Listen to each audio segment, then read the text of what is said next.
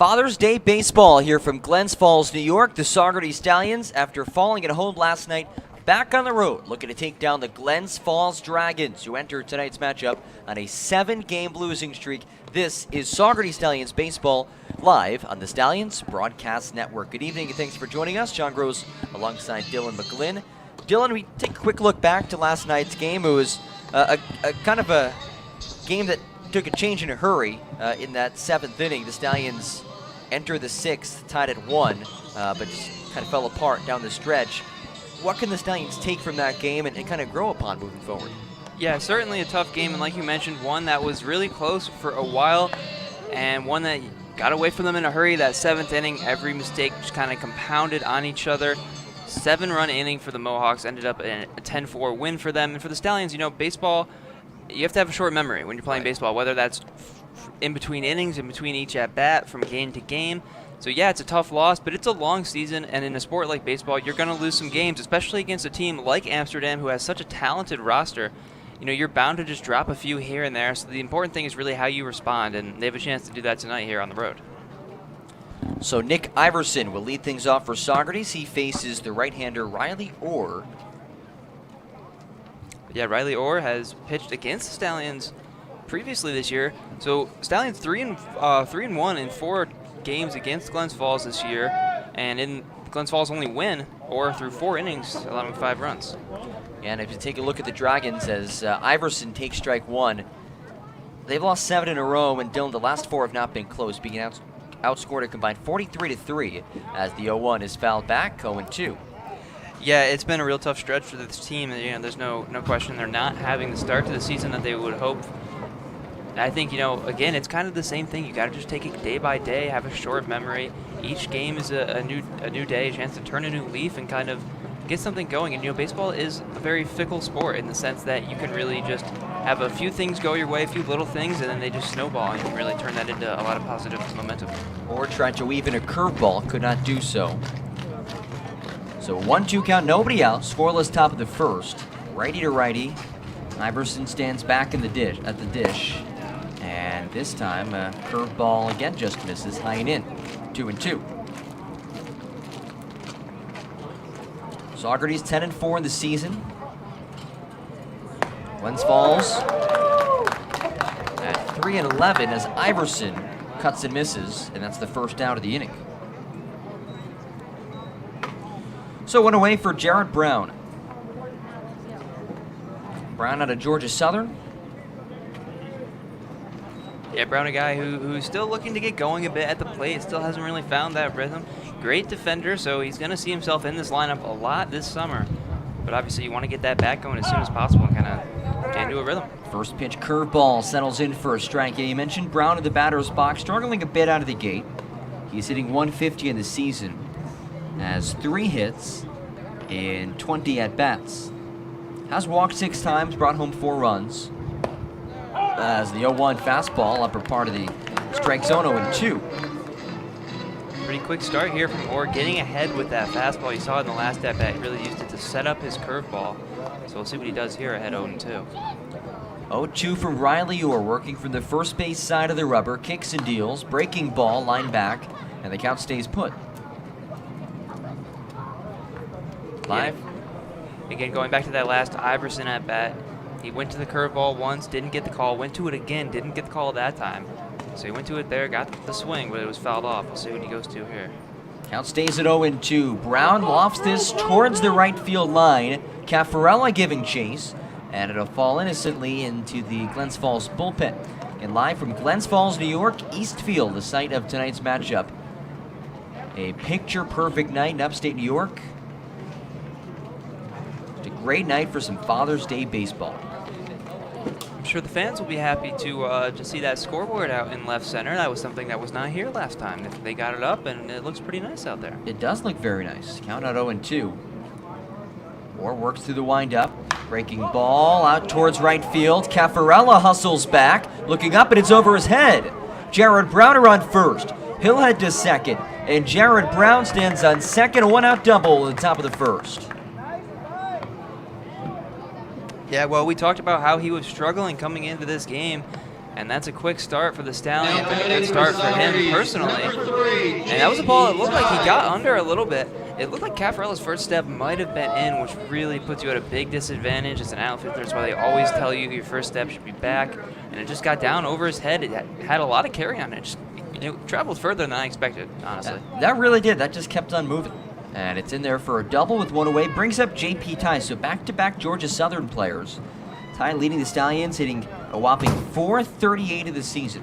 We'll see if he can keep this impressive start up. As Ort checks back once, now twice, fires fastball high and away, 1-0. One out, scoreless top of the first. Yeah, Ty is a guy who's had a lot of impact on this Stallions team in a really short amount of time. You mentioned .438, a homer, 6 RBIs, terrific defense behind the plate. He's a guy that Stallions fans are going to see a lot of this summer. Ort checks back to Brown at second. Pretty big lead. The 1-0 is slow dribbler just in front of the plate. Wins low, will fire it onto first in time as Brown trots into third. So basically a bunt. And there's now 2 away for Kip Futures. Yeah, essentially works like a bunt for JP Ty. And with 2 outs, a big opportunity for the guy who has definitely been the Stallions' best hitter so far this year. Kip Futures hitting .400 in the season. Has 12 RBI in the year. Last night was 2 for 4 as he takes the first pitch for a ball. Had a pair of RBI, including one which came in the 9th inning. That was the 9th inning that the Stallions entered trailing 10-1. They put up 3 runs. Yeah, better late than never, I suppose. Yeah, pat the stats a little bit. 1-0 from the righty to Futures. Fastball up and in. And the count now at 2-0. Jared Brown stands on third. It's Kip Futures at the plate. And not a count you want to be in with a guy like Futures at the plate. Can't let him lock in on one pitch, because if he gets it, it'll go a pretty long way. Futures bounces this off his foot.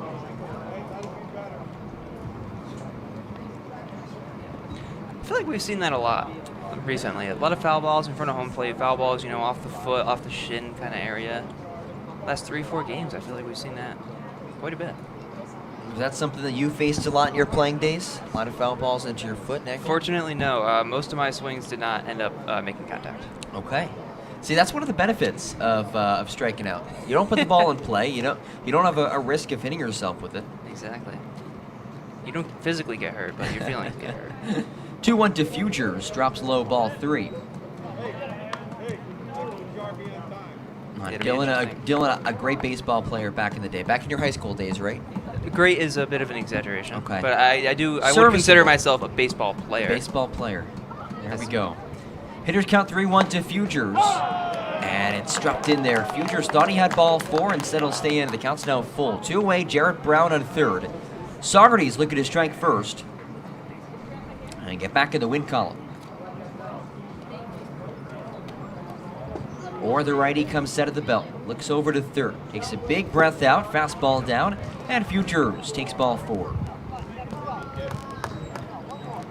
Yeah, good at bat there by Futures. 2-strike pitch there. Wasn't super competitive. Didn't really put a lot of pressure on Futures to make him swing the bat. And Andrew Wilhite, guy who went deep last night. Big chance early here in the first inning. Well, Wilhite last night was 0 for 3 heading into the 9th. And he capped off the evening with a home run. Solo blast to right center. And I've said this the last week or so. He is probably the most impressive player to watch during batting practice.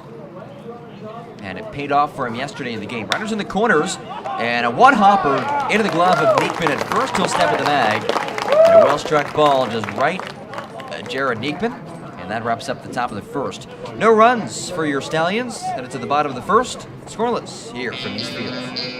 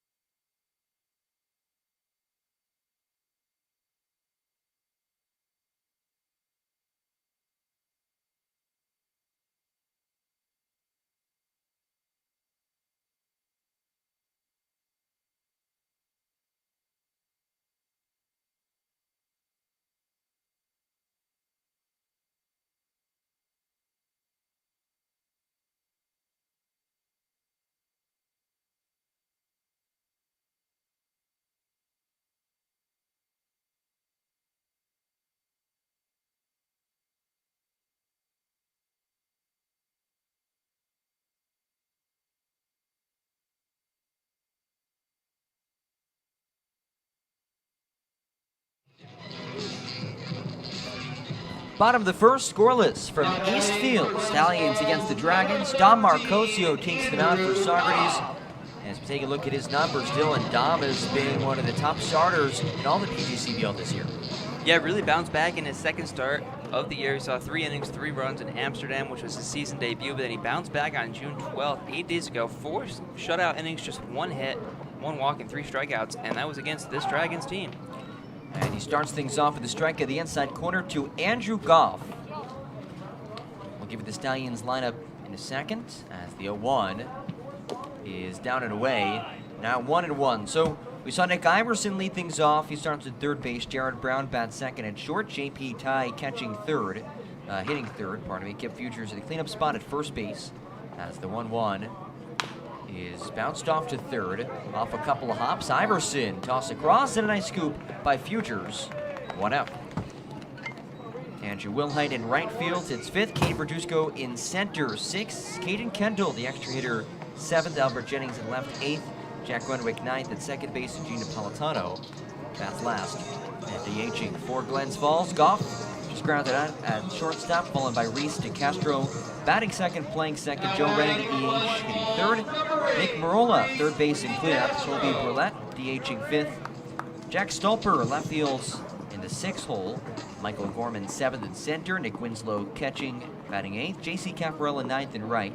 And Jared Neekman, 10th at first base. So we get a righty-righty duel, scoreless bottom 1.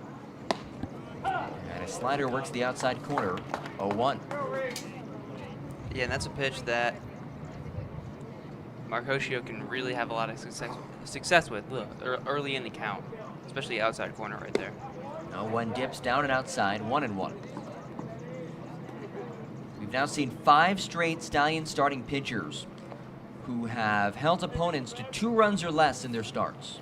As Marcosio rocks and fires in the 1-1. Lofted to shallow right. Back goes Renwick. On the move, and it pops out of his glove. By no means routine, but a play that you figure Jack Renwick's going to make. And we'll see how that's scored. Yeah, it'll be interesting to see how that was scored. I'm personally leaning in the way of error there just because it was in his glove and came out. And like you mentioned, not necessarily an easy play, but one that if you asked Renwick, he would probably tell you he should have made it. Now batting for Glens Falls, number 5, Joe Wren.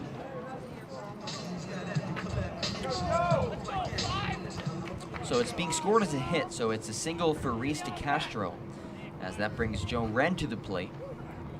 With 1 away, first pitch lined back to the third base side, 0-1. Again, Glens Falls 3-11 of the season. They've lost 7 straight games entered tonight's matchup against the Stallions. And over the last 4 have been defeated by a combined score of 43-3. That includes a pair of Mercy Rule losses. It's Marcosio fires home, check swing fell back, and Dom works at 0-2. Yeah, that Mercy Rule actually introduced, I believe, on the 13th. The 13th, yeah. That was a week ago today. So basically as new as you can get with the rule here in the PGCBL. Here we go, Joe. Wren straightens his bat, now resting over his shoulder. Marcosio checks back to first. 0-2 offering with 1 away. The righty kicks and fires. Chopper towards first. Futures does not glove it. Underhand toss to first, not in time. And Stallions infield struggling to make some plays. Again, these aren't routine, but that puts runners in first and second. Yeah, I think that one probably will be an error, and they just put it up as an error on the scoreboard. And yeah, that's a ball where if Futures fields it cleanly, they're not going to turn 2, but he's got a pretty easy tag there on Rent coming up the first base line. So a tough one that puts Marcosio in a real tough situation in a spot right now where he realistically could be out of the inning. Right, and it's now Nick Marola. Again, back-to-back plays that the Stallions infields could have, should have, would have made, but it's not the case, as Marcosio checks back to second and gets a foul away off the bat of Nick Marola. His first game this year against Saugerties. Rocking some neon green cleats. I'm a fan. The red in the front, neon green in the back. I like him. It really matches his personality. He's an outgoing guy. You know? I do know him, yes. You do know him? I do know him. There we go. My friend Grady Gories would scold me if I didn't remind everybody that I did strike him out once. Wow. So He likes to bring that up every time. So you struck out a player in the Glens Falls Dragons as Marcosio works in his strike, and now it's 0-2. I never threw a pitch that good. But you still struck him out. Yeah, you know. And you said that you were not a great baseball player back in your day. No. I was more of a pitcher than a hitter, though. Okay. Now, did you I was use a pine PO in tar high while you school. struck him out, or no? I did not. No, Did that not. was There it. we Was go. it wasn't in a live game. We had like a winter league that okay. we do. We throw like live games in the tunnels and stuff. 0-2 bounced fouled on the third base side, and the count stays 0-2. So it was a pretty cool scene because there'd be players from all over the league, players from all different schools would kind of come together and we just play in this league. So you kind of got to know people from all around. So then it'd be kind of fun because then you go during the season, you go around and you're familiar with one or two guys from most of the other teams in the league. Well, regardless of where it was, he did strike him out. We'll see if Dom Marcosio can match a feat that was accomplished by my fellow broadcaster, Dylan McGlynn. The 0-2 delivery, high and outside. We'll have to wait another pitch to see if he can do it. 1-2. Yeah, that's a good pitch and a good frame by Ty, but again, that's a pitch that's just a little bit off. Good take by Marola.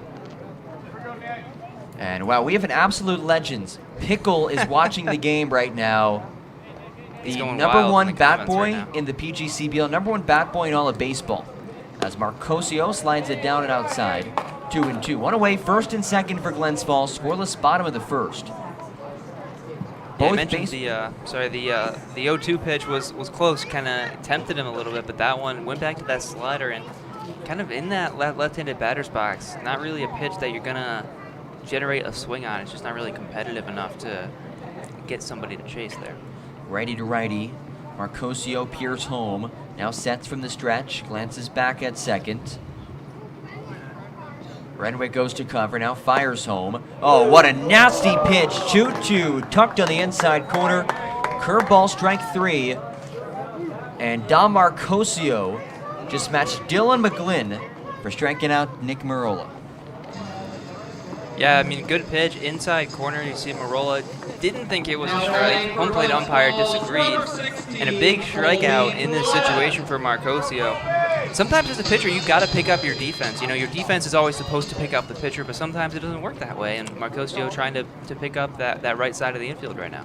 Righty-lefty duel. Marcosio first pitch is tapped softly back foul to Kobe Burlett, the DH. Who was walk-up song? I think was that the John Cena song? It was. I always liked that John Cena sang his own entrance. I didn't know there were words to it. I'm not a WWE guy though. So a 1 Fandon breaking pitch down and away 0-2. In his earlier days, he had an even more I don't want to say hardcore rap, but harder core than that one, where Okay. he would legitimately rap, and it was a full 4-minute song. And he used to come out to that one before that one is now his famous entrance music. 0-2 for Marcosio. Grounder towards first. Fugers has it. He'll step one, and that wraps up the bottom of the first.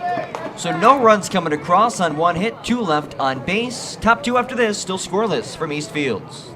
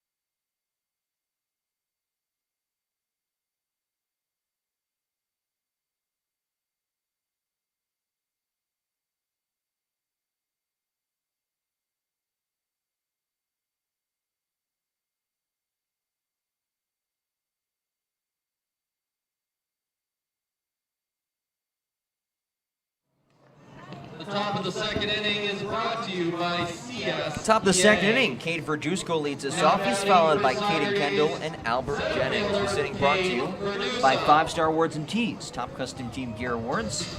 Benson Steel, Stallion Stolen Base sponsor. They put stuff up you can't knock down. Bob Garrick Septic, honest, dependable, reliable. If you need it pumped out, call Bob. Righty to righty duel or first pitch. Out towards right and tailing foul at a play. 0-1. Verduzco, one of the newer additions to the Stallions team out of GCU. And Dylan, this has kind of been the theme as this season's progressed. Guys coming into town as Orr from the first base side of the mound works down and outside 1-1. Yeah, you're going to see guys come in even in the coming days here. You know, it's not going to be until probably about halfway through the season that most of these teams are going to have, you know, a full roster where everybody that's supposed to be there is there. Verduzco only 3 at-bats for the Stallions so far, so they're still trying to see what he's got. He sprays this one out to right, and that's foul for a long strike 2. Verduzco 1 for 3 in his 3 at-bats. He did reach base twice on both his hit and hit by pitch. When he got on base, he scored. He taps the plate twice. Now awaits the 1-2 offering from the righty Riley Orr. Orr glove over his face. Goes through his motion, kicks and fires. Breaking ball, roll down the third base side. Backhand stop by Marola. Cross diamond throw. In time as took Niekman off the bag, but he reaches down for the out. Yeah, strong backhand stop there by Marola. Like you mentioned, the throw just a little bit high, but no problem there from Niekman, able to come off the bag, make that catch, and just get his foot right back on it. Brings up Caden Kendall, another new addition to the Stallions roster. Yeah, another guy with only 3 at-bats entering tonight. 0 for 3. 0 for 3. Last night. Yeah. So in the lineup back-to-back nights here. First pitch to Kendall. Fastball outside corner, 0-1. Kendall out of UC Irvine. An Anteater squad that qualified for the NCAA Regionals. Great season out of the Big West. Yeah, they had quite a run. We're working with a purpose now. 0-1. Floats across a little high. 1-1. Bunch of guys from out west in this team. A couple of UC Davis players. Washington State, now UC Irvine. 1-1. Fastball gets way outside. 2-1. And one of Kendall's UC Irvine teammates we still await his arrival, Jacob King, for the Anteaters. He pitched quite a bit for them this year. Yeah, and you figure as these guys come into town and get acclimated, this team is only going to get better, which is a scary thought for the rest of the PGCBL. Hopper down the third base side foul and a couple of bounces, 2-2, with 1 out scoreless, top of the second. It's really interesting to see how these guys are kind of integrated into the lineup, because obviously when they get here, you know, Rich Doobie and the rest of this coaching squad, they don't necessarily know the type of player they have. Right. So it's really interesting to see, you know, how often they're going to work these new guys in. 2-2, swing and a miss, drop third strike. Winslow recovers, it tossed to first. In time, 2 outs. So Riley Orr, nice job in the second inning, going to retire the side as Albert Jennings steps to the plate. And Albert Jennings, a guy who has really struggled this season. He's looked better. I feel like we've been saying this for a while. He's looked better lately, but still just not quite there at the plate. Had the walk-off against Albany. That's his season highlight so far, but he's only batting 147. Righty to lefty. Pitch, fastball pops high and outside, hitting out of the glove of Winslow. 1-0. Jennings out of Washington State, like you said, a 147 hitter. 14 strikeouts in his 34 at-bats, looking to clean that up. But again, he's been seeing the ball better. Roll shot off to DeCastro. That's in time off the first. And that wraps up the top of the second. Bottom 2 after this. Stallions set down 1-2-3. No runs, no hits, nobody left on base. Scoreless from Glens Falls on the Stallions Broadcast Network.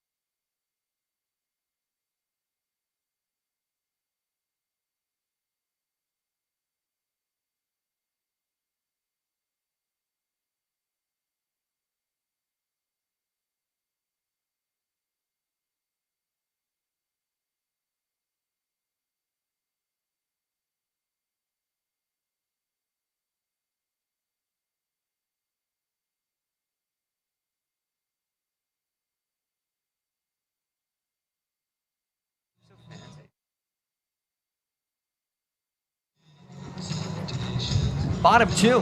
Bit of pitcher's duels so far. No runs across the plate for either side. Now Marcosio back in the bump for your Stallions. John Gross alongside Dylan McGlynn. Happy to have you all with us on the Stallions Broadcast Network. Live from Eastfield in Glens Falls, New York. So Father's Day baseball. Jack Stolper leads off righty to lefty. First pitch down and away, but he went around 0-1. Big shout out to all the dads out there. Shout out to my dad, Ira. That's a great name. 0-1, yeah. Ira, my grandpa's Jimmy and Arnold. So, yeah, Ira's a unique name. I don't know many Iras. I really don't. So the 1-1 is on the outside corner, 1-2. Should probably give a shout out to my dad, Chris. He said he was watching, so maybe he is. Also, just give a shout out to my mom, Trisha, because yesterday was her birthday. Happy birthday.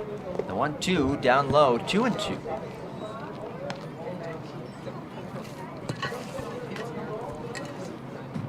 2-2's the count to Stolper.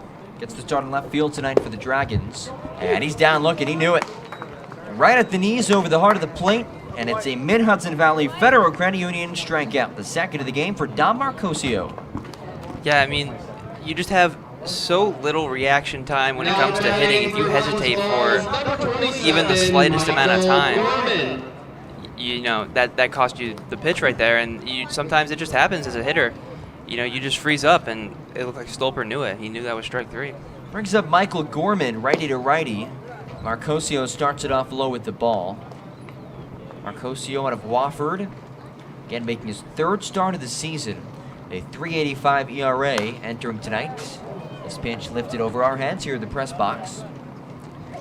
Now, I don't think there's much of a chance of a ball to come in here. No, it would. Yeah, we got the window open. It's pretty narrow. It is very narrow. Compared to the press box to Cantine, where it's all just wide open. We're in the firing line at Cantine Field as Marcosio locks and loads on the 1-1 and finds the inside corner on an off-speed pitch. And Dom Marcosio once again works ahead 1-2. This is what the Stallions starting pitchers have done so well all season long. Get ahead in counts as the 1-2 home. Tap back, and the count stays put. Yeah, and that 1-1 pitch, the one that got the second strike, looked like the same one he threw to Marola, that breaking ball that just kind of gets that inside corner. If he's able to locate that consistently in that spot, it's going to be a really tough pitch to hit for these Glens Falls hitters. Marcosio rocks and fires. High fastball, swinging strike 3. How about that? Back-to-back. Mid-Hudson Valley Federal Credit Union strikeouts, and there's 2 outs in the second. Scoreless bottom 2, Nick Winslow to the plate. And after allowing a couple base runners in the first, which in reality probably weren't his fault, Marcosio stepping things up here. This pitch poked out to center. And just as I say it, a base hit. Second hit of the game, it's off the bat of Nick Winslow. Yeah, look at fastball right there out over the middle. Winslow came up ready to hit. First pitch swinging. And a base hit. Second hit of the game for the Dragons. Now batting for Glens Falls, number 2, J.C. Caparella. So 2 outs and 1 on. Scoreless bottom of the second brings up J.C. Caparella. Righty to lefty. Marcosio steps to the plate. Fastball misses upstairs. Pickle James, a legend. Thanks for joining us, my man. He looks like he's having a great time. Yes, I'd say so. Runner on first is Winslow, taking a marginal lead. Marcosio blows that pitch past the swinging bat of Caffarella. Caffarella, the 9-hitter. He's followed by Neekman, the 10-hitter. Count 1-1. Marcosio glances back at first. Again, Winslow not taking much of an edge off the bag. Marcosio to the plate. Bouncer on the first base side foul. And Dom now ahead 1-2 with 2 outs. Yeah, you mentioned that lead from Winslow. Just a step or 2 off the bag. Doesn't really look like he's... I mean, he's not going to try anything. I feel pretty confident saying that. Knock on wood here. But, yeah, with 2 outs, I mean, no real reason to. Especially if you're not a big base-stealing guy. Winslow takes a secondary lead. This is launched fouled in the right field line out of play. Nice piece of contact, though, from J.C. Caffarella. Bizarre field dimensions here at East Field. I don't have the exact numbers, but this field also doubles as a football field. Dylan, I know you've done the measurements. Yeah. Of every field. So I can get you update those that in a numbers. minute. Still a 1-2 count for Marcosio. 2 outs, runner on first. How about that? A third strikeout for Dom Marcosio. Swing and a miss on the fastball by J.C. Caffarella. And Dom K's up his 4th batter through 2 innings. So no runs coming across, 1 hit, 1 runner left on first. Top 3 after this. Scoreless on the Stallions Broadcast Network.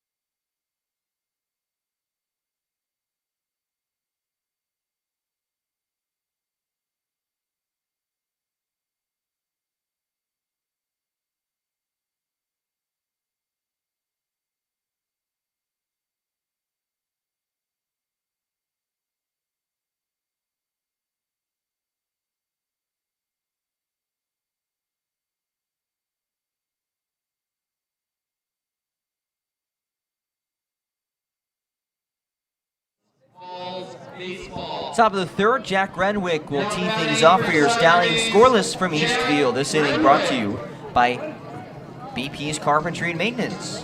Delvecchia and Kraft Injury Lawyers. If you've been hit, call Delvecchia and Kraft Injury Attorneys. And design yourself strong sports performance at DYS. They build better athletes. Riley Orr starts things off with a strike. Breaking ball to Jack Renwick. Looking to get the Stallions offense going. This pitch rolled and a couple hops, a tough bounce. Goff bobbles, throws, not in time to first as the shortstop could not make the play. And we'll see how that's scored. That's a hit. So the second hit of the game for the Stallions, and it's an infield single for Jack Renwick.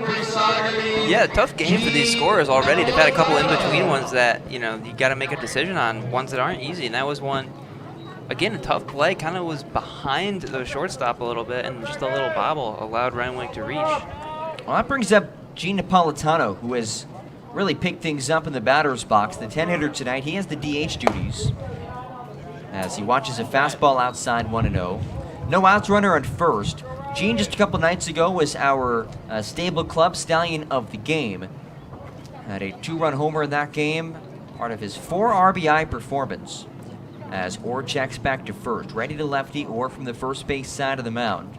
Looks home, now kicks home, pitch home, rolls right back to Orr as he blocks it down into the ground, flipped to first for the out. Yeah, just a little bit unlucky there if you're Napolitano. Hit the ball hard, right up the middle, and just hits the pitcher. Nice play there on the mound by Orr to knock it down and make the play. And then if you're Napolitano, you're just wishing that ball could get right between his legs there. Yeah, if his legs are a little bit wider, that's a single, without a doubt. So we'll flip things from bottom to top. Nick Iverson is 0 for 1 with a strikeout. By the way, stay tuned as we start the bottom of the 3rd. We'll have a sideline report from our sideline reporter tonight, Shannon Bonowit. Righty to righty duel, or first pitch in the outside edge, swing and a miss, strike 1. 0-1. One away, Stallions with a runner in scoring position. Saugerties had Jared Brown on third base with 2 outs in the first. Could not bring him home. See if the top of the order can now drive home Jack Renwick, who leads off at second. Infield shifted a bit towards third. 0-1 delivery, swing and a miss on a low pitch. And Iverson to the hole 0-2. Yeah, it didn't seem like Iverson really picked up the spin on that ball. Started outside, ended up further outside. And again, once you commit with that swing, it's so hard to stop yourself. Orr comes set of the mound. Glances back at second. The pitch home of the 0-2, skipped it to the dirt. And a good block by Winslow, which keeps Renwick at second. I do have the measurements for Eastfield, by Let's the hear way. it. Left field line, 312. Left center, 374. Dead center, 369. Right center, 375. Right field, 328. There we go. 1-2 to Iverson. Renwick dancing between second and third. With one away, scoreless top three. Pitch misses down and outside for ball two. And you did that. That was one you did through Google Maps, right? Or was that? on the Yeah, that website? was a Google Earth one. So it's probably not exact, but you get the idea. It's deeper to the corner, to left and right center than it is down the lines, and it's deeper down those corners than it is to dead center. 2-2 from Orr. Breaking ball, sat on and lifted into left. That drops in for a base knock. So the first hit of the Stallions' career for Nick Iverson puts runners in the corners with one away. Yeah, just a nice piece of hitting there by Iverson. He got a couple breaking balls in a row. Those back-to-back ones on 0-2, on the 0-2, starting with the 0-2 pitch, they weren't really competitive. I guess the idea, there you can still change the eye level, still get the hitter out in front. But he came back with a fastball that was really right out over the plate. Iverson with a good swing, good base running by Renwick. He recognized that early, and he got to third because if he had hesitated, they maybe could have had a play there. First and third, Jared Brown is 1 for 1 with a double. Gets a good chunk of this out towards right. That'll end up foul. Now, Dylan, I think it would be a lot cooler if you told people that for these stadiums that did not have dimensions listed at the ballpark or online, you got on your hands and knees and went foot by foot with it. Yeah, I brought a ruler, a foot-long ruler, and I just laid it down and just kept going. Nah, not even a tape measure, a ruler. Yep. I'm with you. I actually said ruler because I couldn't think of tape measure. Iverson takes off to second. Pitch gets away from Winslow, and it's a Benson steal. Benson steal, they put stuff up, you can't knock down. Yeah, and that's a big one there from Iverson. Obviously breaks up the double play up the middle here with one away. And then on the other side, too, a base hit could score, too. You see the infield kind of moving in here besides the shortstop who's going to hang back and maybe hold on Iverson here. Second and third for the Stallions. Scoreless top three, looking to change that. Brown a little late on it. Lines it down the first base side out of play. And Orr is ahead 1-2. Saugerties 10-4 in the season, second best record in the PGCBL East Division. Trailing Amsterdam, who the Stallions lost to last night. 10-4 the final in that game. Was a 1-1 game entering the seventh. The Stallions led 1-0 entering the sixth. 1-2 as Orr peers home. Second and third for Saugerties. Here's the pitch to Brown. Brown strokes it towards center. In comes Gorman in the move. He makes the catch. Tagging from third is Renwick. And then he'll retreat to the bag. So a nice throw from Gorman prevents a run from coming home for Saugerties. Yeah, just didn't get enough on that, not enough carry. Saw Gorman kind of get behind it and able to take those steps into the catch, which really gives him a lot of momentum. On that throw home, you saw Renwick think about it, but a huge out there. Because now, obviously, with 2 outs, you don't really have to worry about the runners advancing on a ball in play. You just got to get the guy out, and you're out of trouble. Well, this is a great batter to have up if you're the Stallions. J.P. Ty is over 1 today, but has been rock solid this season in his first 2 games in Saugerties, hitting .438 of the year. As the righty out of Georgia Southern will look to play to pair. First pitch to Ty. Fastball escapes high and outside, 1-0. Yeah, I mean, you said it, but Ty is basically the exact guy. Ty, Fuger is the next 2 perfect guys for a situation like this. Or working quickly now. Kicks and fires. 1-0 down to the dirt, 2-0. And you have Kip Futures on deck, followed by Andrew Wilhite. This is such a potent Stallions lineup. And you figure when we get to crunch time later in the season, when Rich Doobie is putting the best of the best in there, this is a lineup that other teams will not want to face. And that's a line shot into left. 1 run will score. Iverson being waved around third. He'll trot to the plate and makes it 2-0 Stallions. A 2 RBI single by who else but J.P. Ty, and the Stallions strike first. Yeah, I mean, we've talked about this guy so much. He just comes through, big situation, gets the fastball, inner half, turns on it, keeps those hands in. Just a hard-hit ground ball through that left side. Good base running there. Nice job by our third base coach, Adam Cray. No hesitation. He was waving both guys around. And an early 2-0 lead for the Stallions. Well, strong start for Saugerties. As Kip Futures looks to keep things going, and heading off to second is Ty. Pitch again gets away from Winslow, having some difficulties with a couple breaking balls in the dirt. Yeah, once those balls hit the dirt, they're so hard to predict. It's really, you know, you can kind of anticipate where the ball's going to go, but it can hit the plate, it can hit just a loose piece of dirt, and it can just kind of bounce wherever. So it can definitely be hard back there. 1-0 to Future. Sharp grounder to short. Fielded by Goff, sliding to his right. Long throw to first is on the money. And that wraps up the top of the third, but not before the Stallions can strike first. A 2 RBI single by JP Ty scores Nick Iverson and Jack Renwick. As we get to the bottom of the third, 2-0 Stallions and the Stallions Broadcast Network.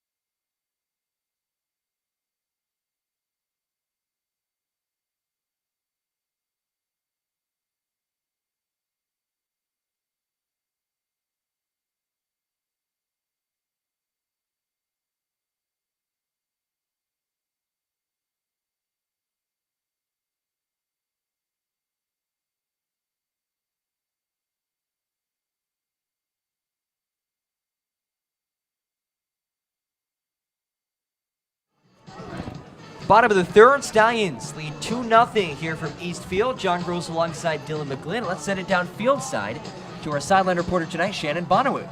Thank you, John. Tonight's game versus the Dragons is a big game for the Stallions.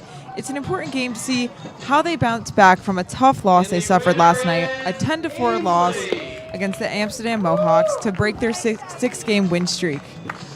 Today, the offense for the Stallions was on a slow start, but a 2 RBI single by JP Ty broke open the offense to score 2 runs. So we'll see how they bounce back, but so far, so good. Awesome, Shannon. Thank you so much. We'll have updates from Shannon throughout today's game. And as Shannon said, 2-0 Stallions here in the bottom of the third. And Don Marcosio now pitching with a lead.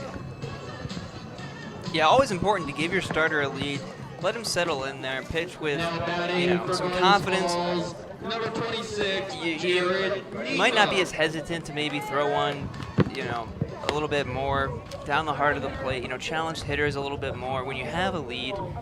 So, it's just a confidence thing. Pitching with the lead. All right, I just got to do what I'm doing. Keep it up, and we're in good shape. Jared Neekman is the 10 hitter as he fans on the 1-0 pitch in the dirt. You look back to the second inning, Marcosio had 3 strikeouts, allowed just 1 base runner on to Nick Winslow.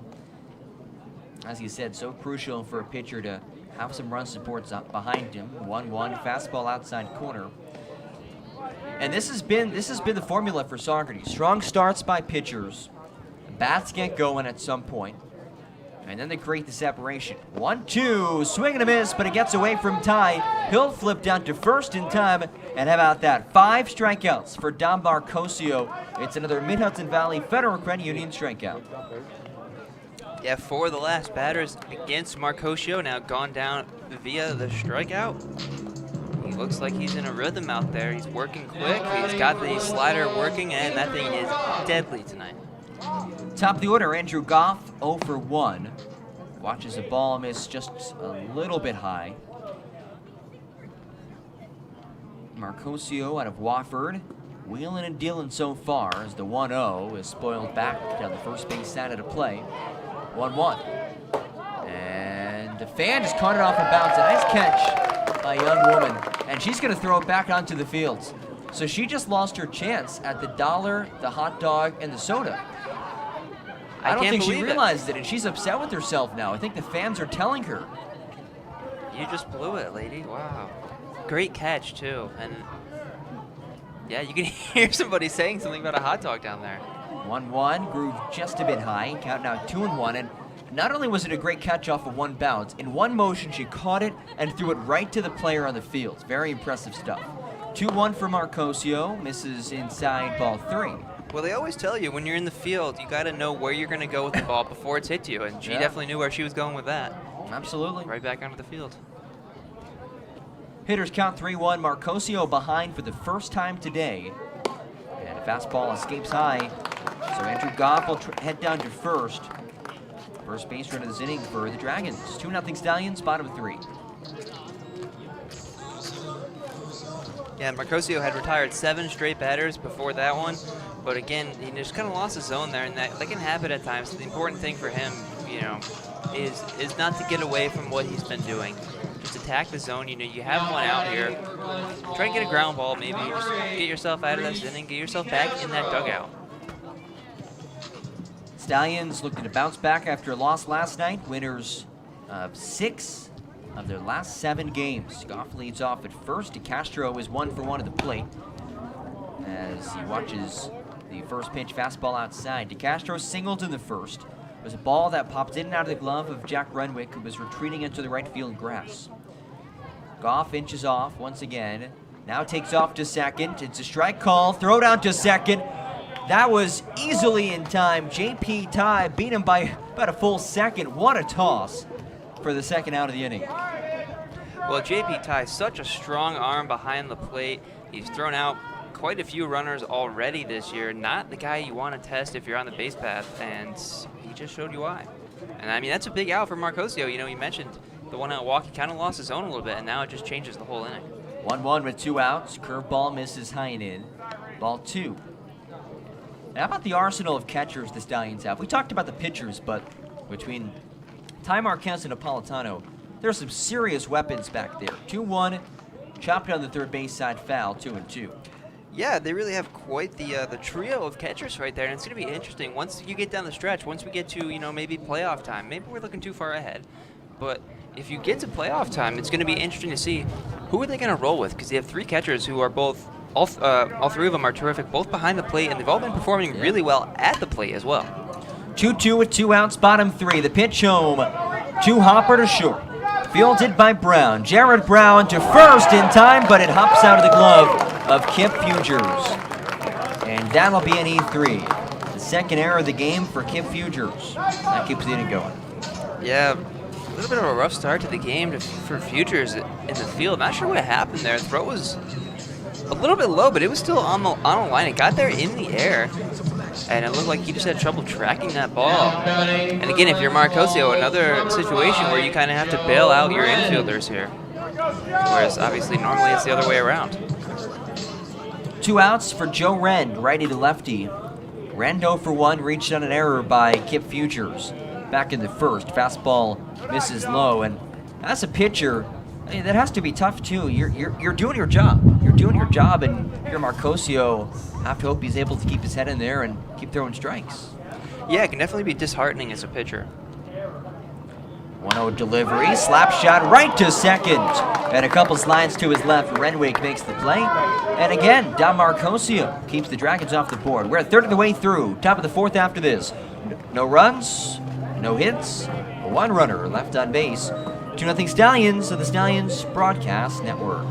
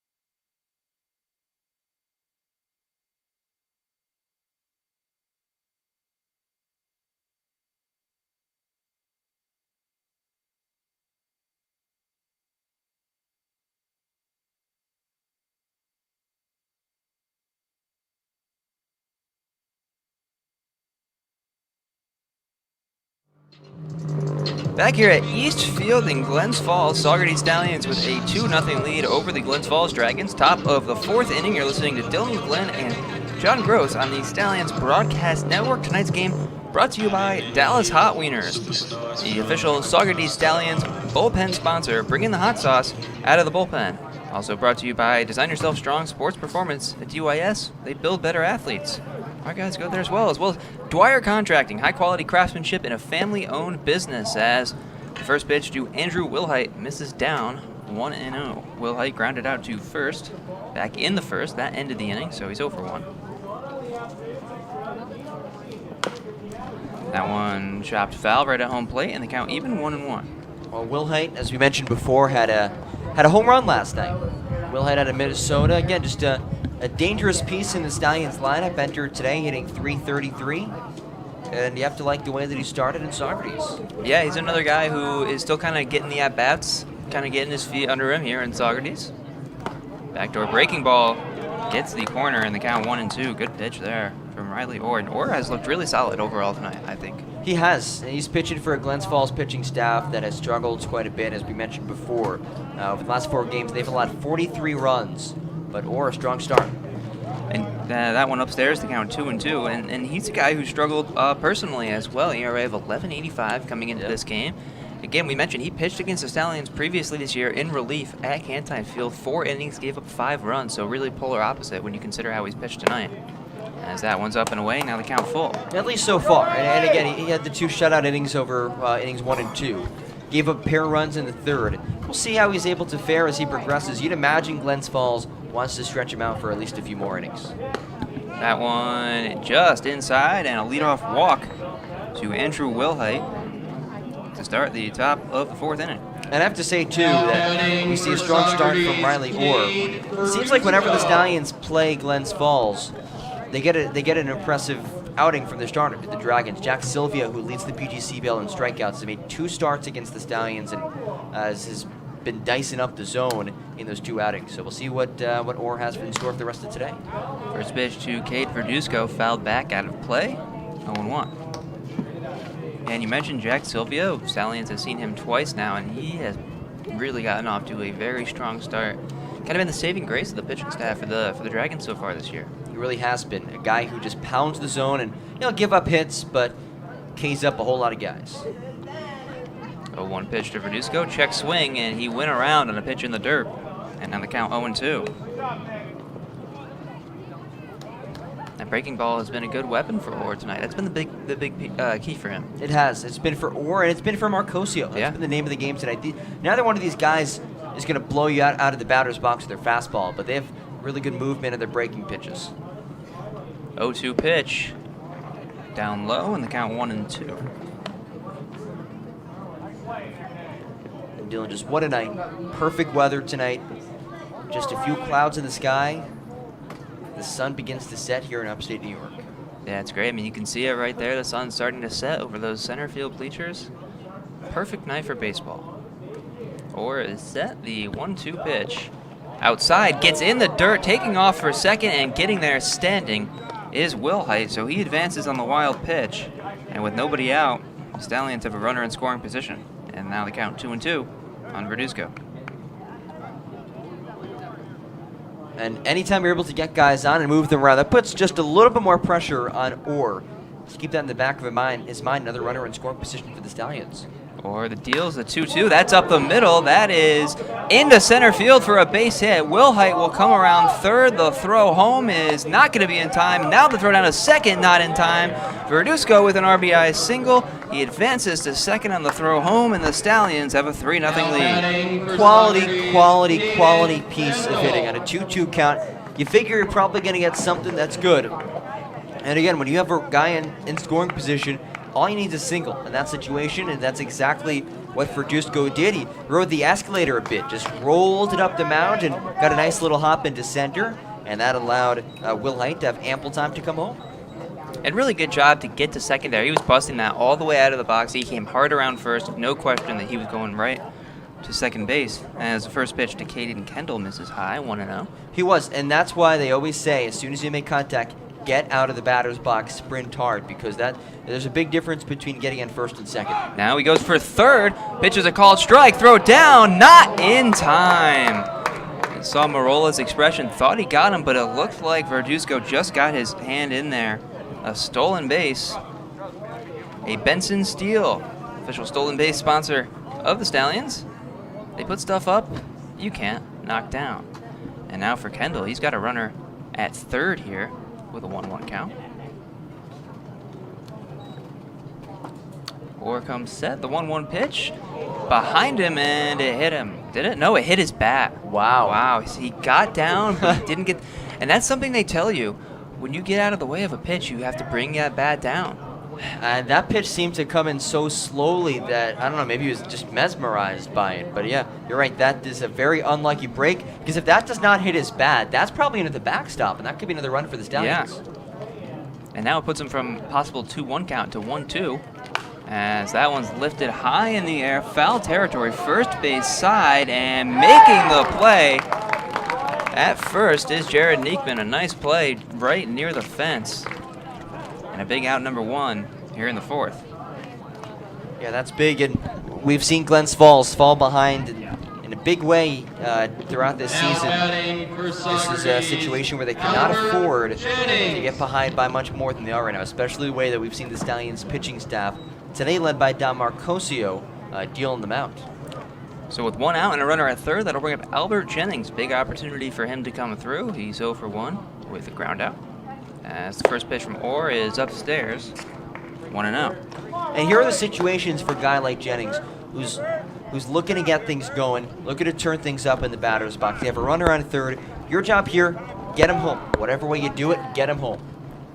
Time is called here by the home plate umpire. And yeah, you talk about Jennings, and it seems like when you come up, especially when you're struggling, when you come up in a situation like this, 1 out, runner in scoring position, it almost seems like these at-bats count for 2 more than 1. Yeah, absolutely.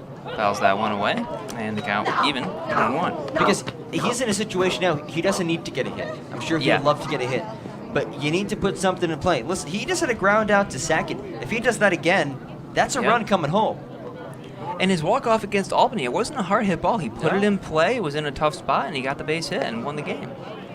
That one outside, breaking ball misses, and the count 2-1. He did his job, and we've seen him throughout this season. He's done that in a couple situations.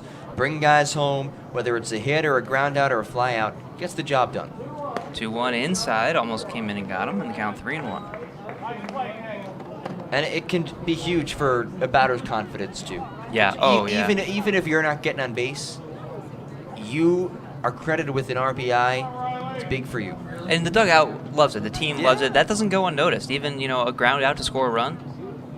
3-1, ripped in the air to center field. That's going to stay up and be caught. The runner will tag, throw home, not in time. A sac fly from Albert Jennings scores Cade Verduzco. And now the Stallions with a 4-0 lead here in the fourth. And again, he did his job, and the dugout will come out to give him some high fives. That's unselfish baseball right there. You know the situation, you know what your job is, you don't try to do anything extra with it, just put the ball out there deep enough for Verduzco to tag, and that's exactly what Jennings was able to do, and just like that, the Stallions have doubled up this lead. So a 4-0 lead now for Saugerties, and with 2 outs and the bases empty, Jack Renwick takes the ball, 1-0. Renwick singled his last time, that led off the third inning. Eventually came around to score the first run of the game for Saugerties. So Orr deals the 1-0. Again in the dirt in the count 2-0. And while we were praising Orr coming into this inning, but it seems like he struggled to find the zone a bit at times. He issued the walk. He's fallen behind a few guys. He's not quite as sharp as he was in the first 3 innings. That one just low as well. Now the count 3-0. And a lot of times this is what happens the second time through. Guys see ya. They talk in the dugout. They know what he's going to come with. They've seen you in the batter's box. And again, he is controlled, just not there right now. 3 straight balls start this at bat. 3-0 to Renwick. Gets the inside corner in the count 3-1. Yeah, and even going back to the second inning, a scoreless first 2 innings for Orr with just 1 hit, but then 2 runs and 3 hits. In the third inning, and now 2 more runs home here in the fourth, as that one's hit hard and foul. So Orr has worked his way back to fill the count. And a 3-2 pitch coming up. Good battle for Moore. And now if you're Renwick, you're going to get something close. You're going to get something near the zone. Have to be ready to protect. He's already 1-for-1 with an infield single today. Orr kicks the payoff pitch in the air to center field, sending Gorman back. He's under it, and that will end the inning, but not before the Stallions add 2 more. We head to the bottom of the 4th here from East Field. Stallions with a 4-0 lead over the Glens Falls Dragons. You're listening to the Stallions Broadcast Network.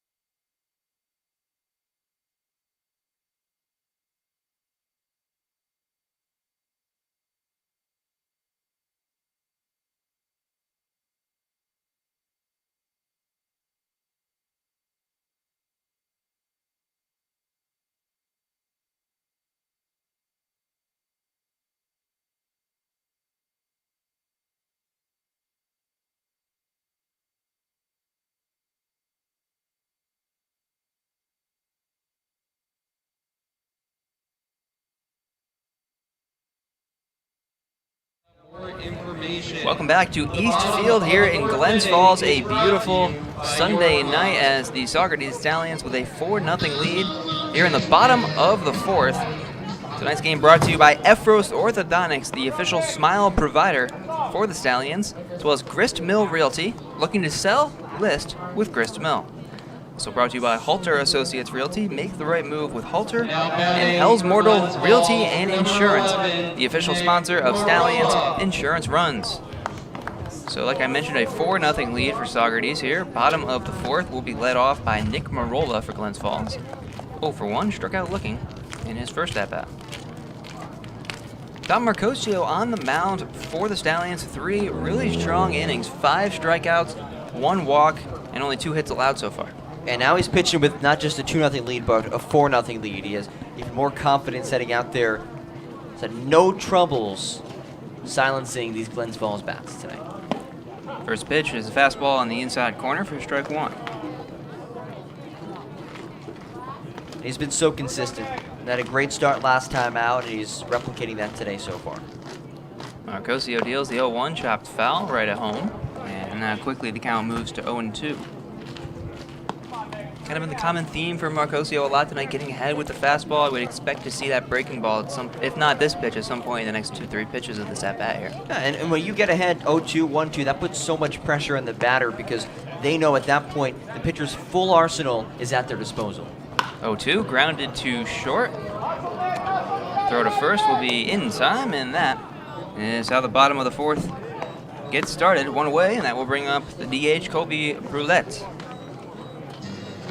Good to see Kip Fugers get back into the groove over at first, make that catch, and had a couple tough defensive plays today, a couple errors, but look, we've seen him throughout the season. He is a stellar first baseman, of course, an elite batter as well. So just good to see him just see one into his glove.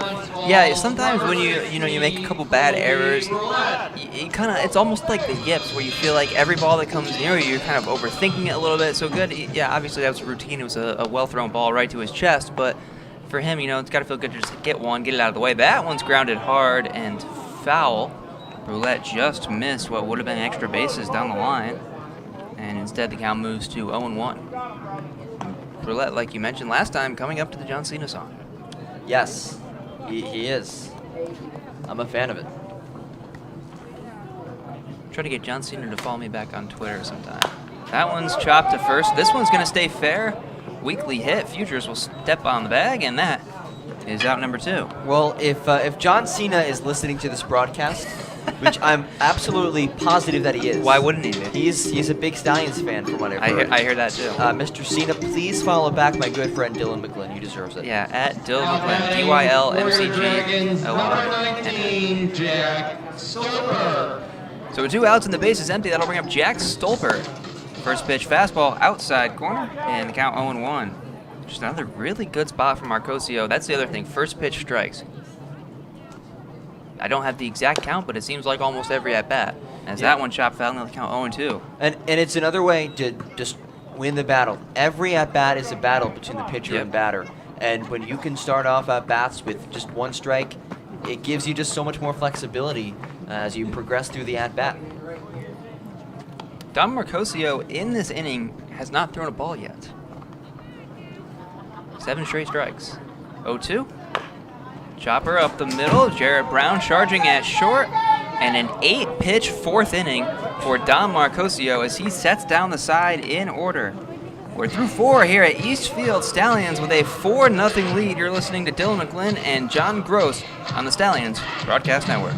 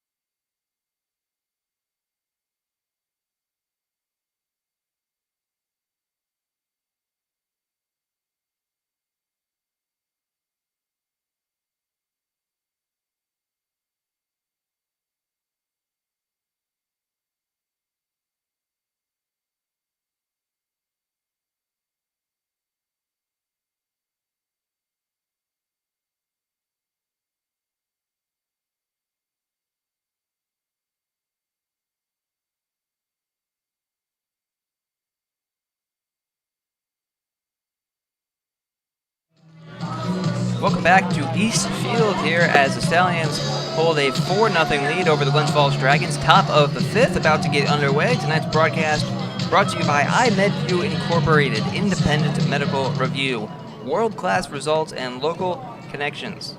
Tonight's game also brought to you by IXL Health and Fitness Club, keeping the Stallions fit all season long. J. Mullins and Sons Incorporated, masonry, excavation, building, and a whole lot more. Leading off here in the top of the 5th is Gene Napolitano, DHing tonight. He's the number 10 hitter. So Nick Iverson on deck here to start the inning. Napolitano grounded out back to the pitcher. His first time was a hard hit ball knocked down by Orr. He made a nice play to get the out. It was, and after Napolitano, it'll be the Stallions batters' 3rd time through. They really picked up well on Orr the 2nd time through, and you'd imagine that their numbers are only going to improve as they continue against the righty. There is action in that Dragons bullpen down there. So we'll see how long they let Orr go here to start the 5th. As the first pitch is a strike on the outside corner, 0-1. Saugerties starting to create that separation that you'd kind of expect. Just on paper, you'd expect the Stallions to be able to pull away in a game like this, and they're starting to do that. Yeah, these are the innings where you have to do that, as that one misses outside, 1-1.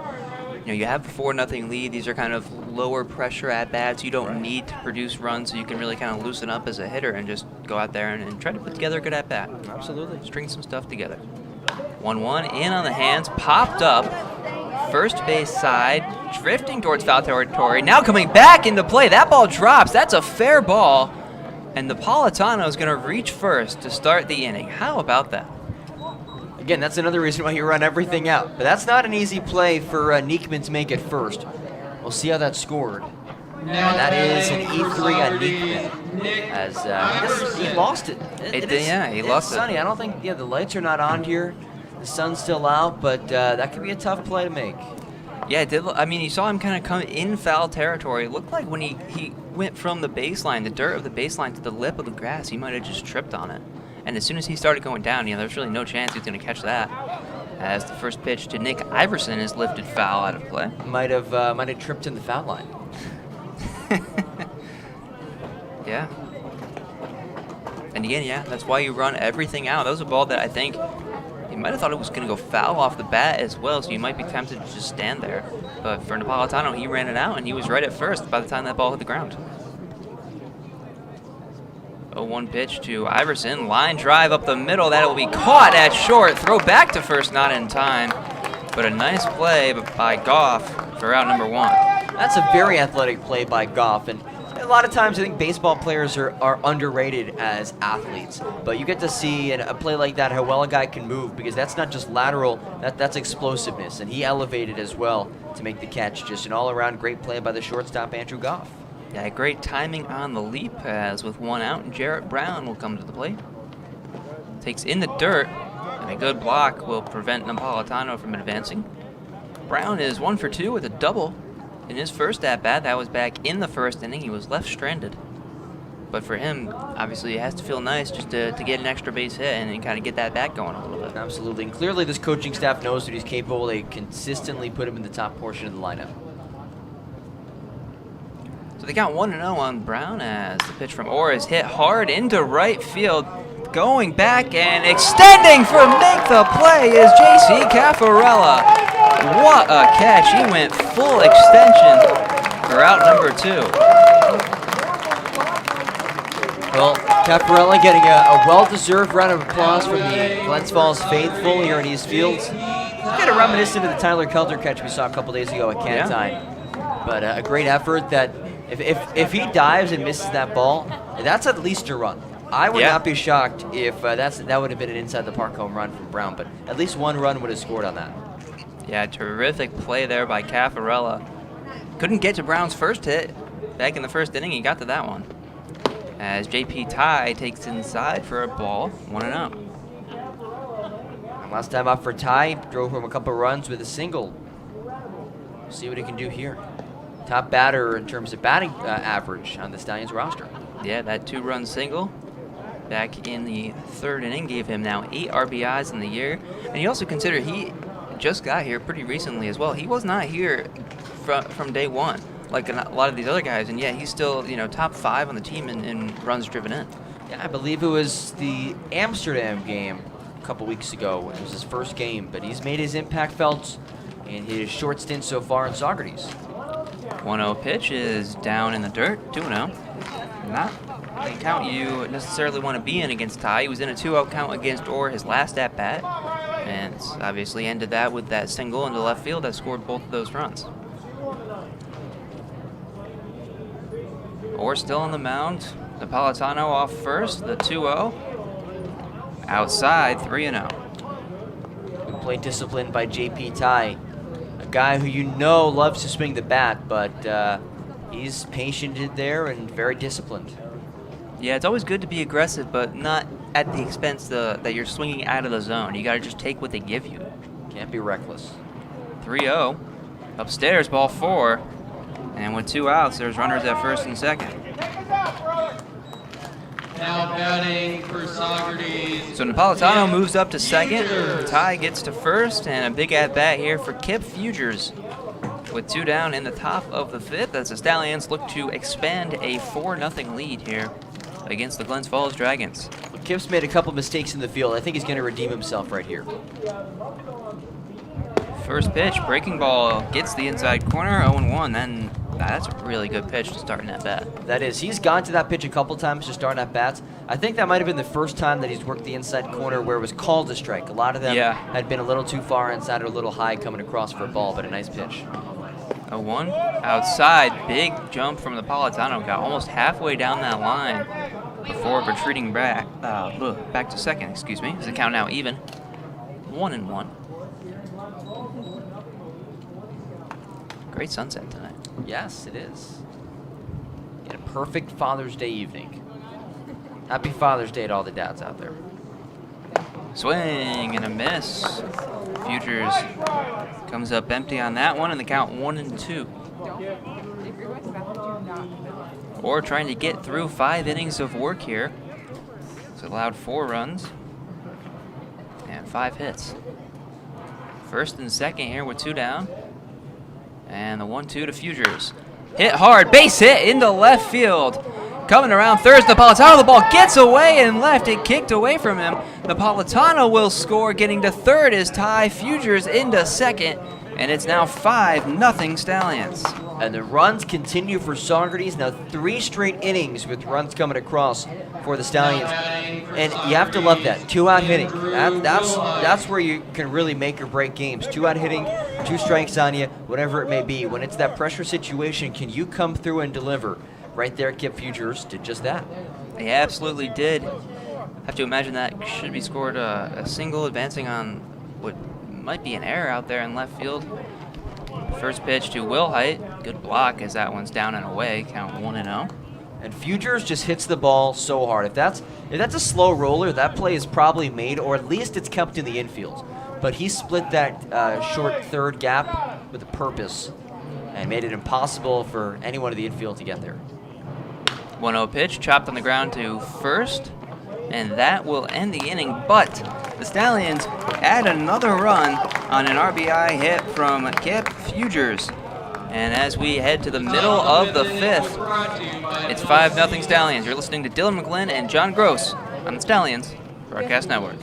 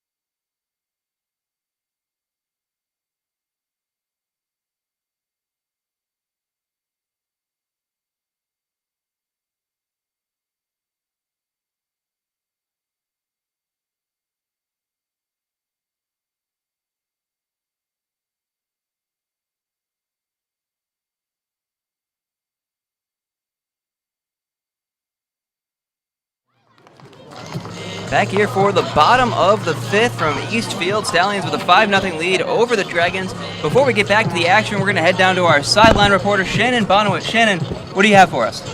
Thank you, Dylan. Marcosio has been dominant for the Ponies through 4 innings, giving up only 2 hits and recording 5 strikeouts. The Stallions have earned 5 runs on 6 hits as the offense comes to life for the Ponies, which is a great sign after a game of not so much offense for the Ponies after last night's loss, but they seem to be bouncing back just fine and look to continue on a good note versus the Glens Falls Dragons. Dylan, back to you. Thank you, Shannon. Back here in the bottom of the 5th inning, and we do have a new pitcher, so just heard all about Tom Marcosio's great outing.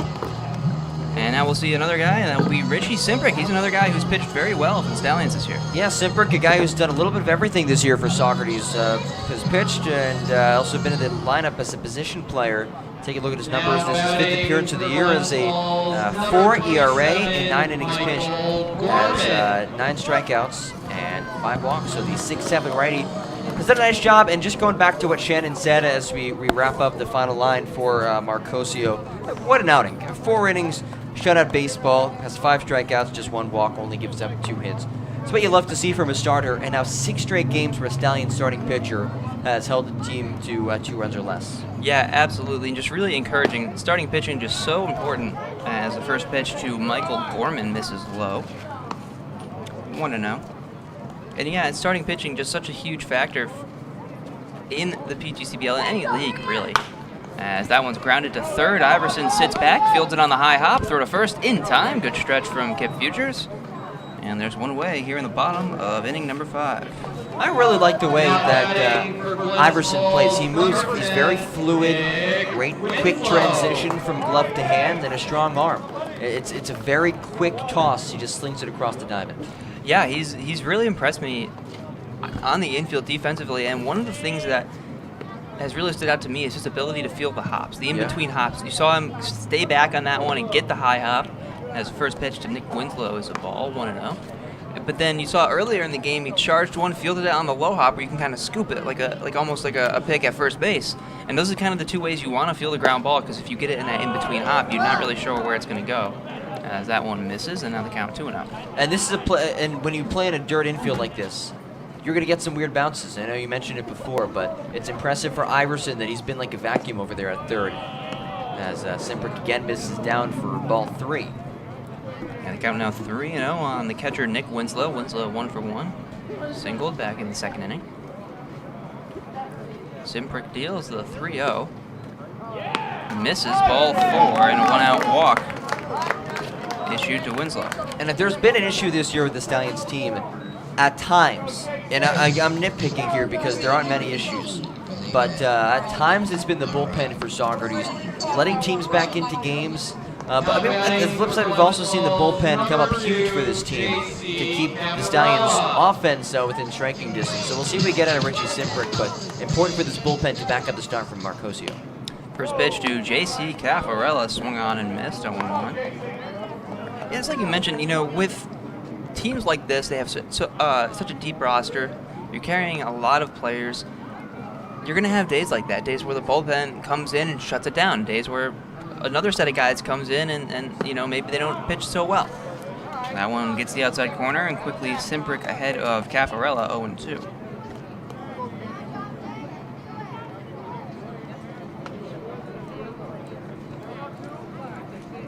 Leading off first is Winslow with 1 out here in the bottom of the 5th. 0-2 swung on and missed. Caffarella goes down on strikes, chasing a breaking ball down and in, and there's 2 gone. And another Mid-Hudson Valley Federal Credit Union strikeout, the first for Richie Simprick of the night, and the 10th of the season for the righty. So with 2 outs and a man at first, that'll bring up Jared Neekman, first baseman for the Dragons. Struck out in his first at-bat.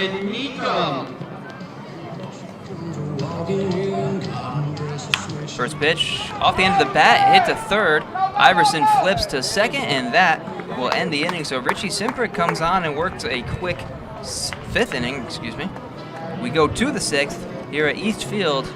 Stallions with a 5-0 lead over the Glens Falls Dragons. You're listening to Dylan McGlynn and John Gross on the Stallions Broadcast Network.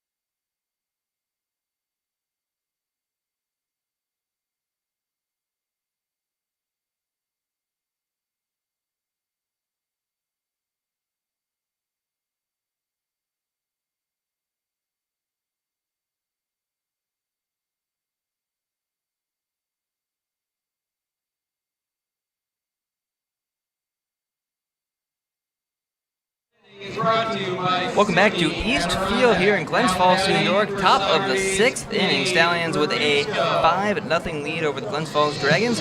Tonight's broadcast brought to you by Jim Hallwick Seamless Gutters. Protect your home with Jim Hallwick.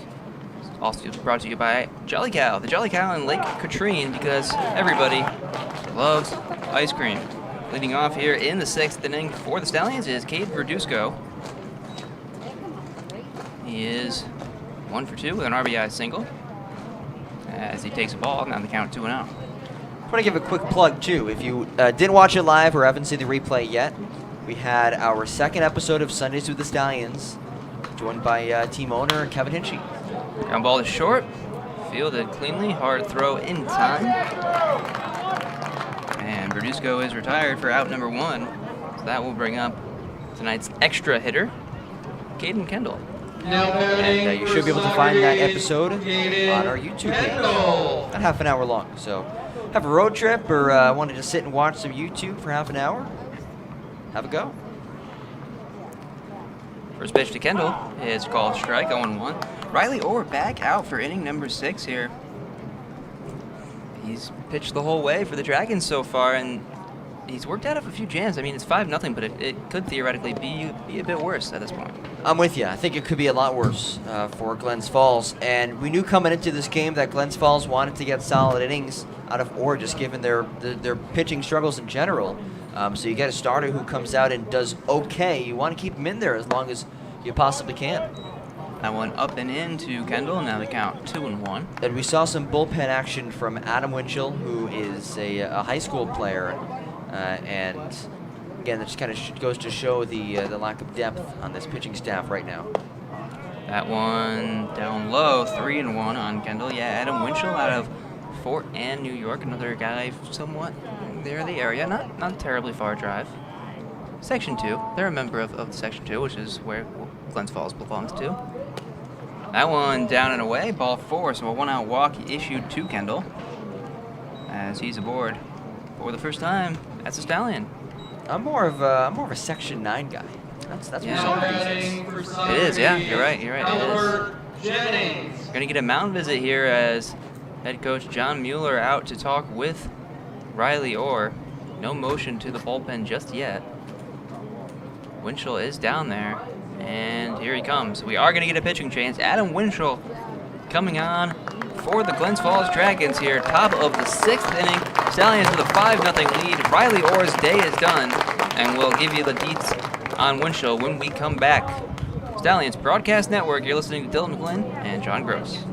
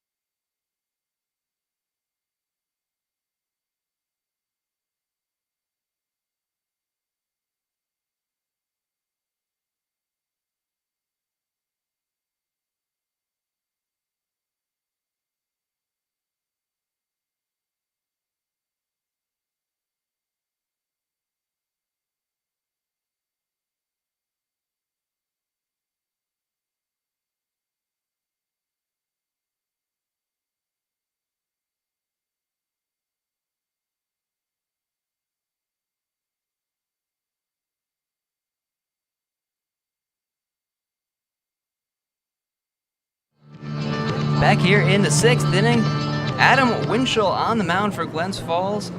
Big left-hander. Just graduated high school this year out of Fort Ann. He's committed to the University of Castleton. He will get his first summer action of the year here, as the first batter he will face is Albert Jennings. 1 out and a man on first here in the top of inning number 6.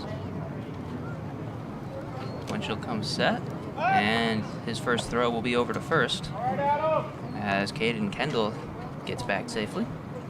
Winchell's first action in Glens Falls for high school guys. This would be a pretty cool moment for him. He was connected to Castleton and already played college ball, but it's his first opportunity against the big boys. First pitch to Jennings. Called strike as that one got the outside corner and the count 0-1. Yeah, Winchell, that left hand delivery comes in to face the lefty Jennings. See how long they want to stick with him. There already is action, that looks like, in that Glens Falls bullpen right now. Runner goes, pitches upstairs, throw it down, is going to not get in, not be in time. Well, not sure what happened there at short. Well, Goff tried the old fake. He tried to pretend that he lost the ball and the ball went into the outfield. He was hoping that Caden Kendall would bite, but Caden Kendall has a high baseball IQ. He's not leaving the base. Not quite falling for that one, so a stolen base for Caden Kendall, a Benson steal. As he's at second. And that one swung on and missed by Jennings, so now the count to him is 1-2. Benson steal. They put stuff up that you can't knock down. But the Stallions would sure like to knock in that runner from second base here with 1 away. But thank you. Nicely done. The 1-2 pitch to Jennings, just off the inside corner, and the count 2-2. I've seen a couple pitches in this at bat that the crowd has kind of been a little iffy about. The first pitch strike, even though it was for the Dragons, you heard a pretty vocal reaction about that, and then right there, that one that they thought should have been a strike and was a ball. That one grounded to first, backhand stop by Neekum as he takes it to the bag himself for out number 2, and advancing to third is Kendall. But at least Jennings is putting it in play there. That's a really hard hit ball, ground ball that is able to move Kendall over to third. And now with 2 outs, we'll see what Jack Renwick can do. Renwick 1 for 2 today with a single. Mentioned it earlier, but he did end up scoring the game's first run off that single back in the 3rd inning. First pitch is a called strike. So the final line for the Dragons starter Riley Orr, 5 1/3, 6 hits, 5 runs, 4 walks, and 2 strikeouts, and obviously the runner at third will be his responsibility, as that one stopped behind the dish. Count 1-1. I think he did a solid job for the situation. Yeah. Holding the Stallions offense to just 5 runs. This is a Stallions team that can put up a lot of runs. 1-1 in the dirt. 2-1. And he exits the game giving his team a shot at still winning the game. Yeah. And at the end of the day, that's at least what you can ask of your starting pitcher. Exit with your team at least having a shot. Now the count 3-1 as Winchell lost the grip on that off-speed pitch. So, yeah, I mean, you look at the score and you see 5-0, you think, it's not really that close. But if it was 5-2, 5-3, totally different story. The 3-1 chop to third. It's going to be a tough play. Marola, he can't come up with it. And another run scores. It'll be scored a base hit and infield single for Renwick and RBI. And it's now 6-0 Stallions here in inning number 6. Now batting for Putting the ball in play. You do that, good things are going to happen. That was a tough play for Marola to make it third. And Renwick gets the job done in the batter's box. 6-0 Saugerties. Yeah, it's one of those kind of do or die plays where you kind of just have to come up ready to throw, kind of barehand it, or at least kind of get it in the palm of your glove so you can transfer as quick as possible. It's one of those where you either try to come up with it like that or you don't have a shot at all. So Marola did that, wasn't able to come up with it. Infield single as Winchell will throw over to first and check on Renwick. G. Napolitano now the batter. Still 2 outs in the inning. Napolitano 0 for 2. Reached on a fielder's choice and an error. So he's 0 for 2, but he has reached both times. Or excuse me, the fielder's choice was throwing to first instead of going to second, so he did not reach the first time. So he fouls that one away. Count 0-1. Renwick was stealing there as well, had to go back, so that'll be something to watch for here. He was moving. I like the fact that the Stallions have been so aggressive in the bases this year. Yeah. Large credit to the third base coach Adam Gray, first base coach Ronnie Kelzer. They have these guys moving. 0-1 pitch inside, and it hits Napolitano.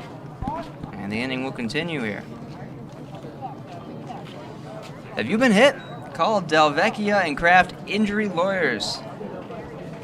The official hit by pitch sponsor of the Saugerties Stallions. So the inning continues. There's 2 on with 2 out. And the lineup flips for Nick Iverson. Iverson is 1 for 3 with a single.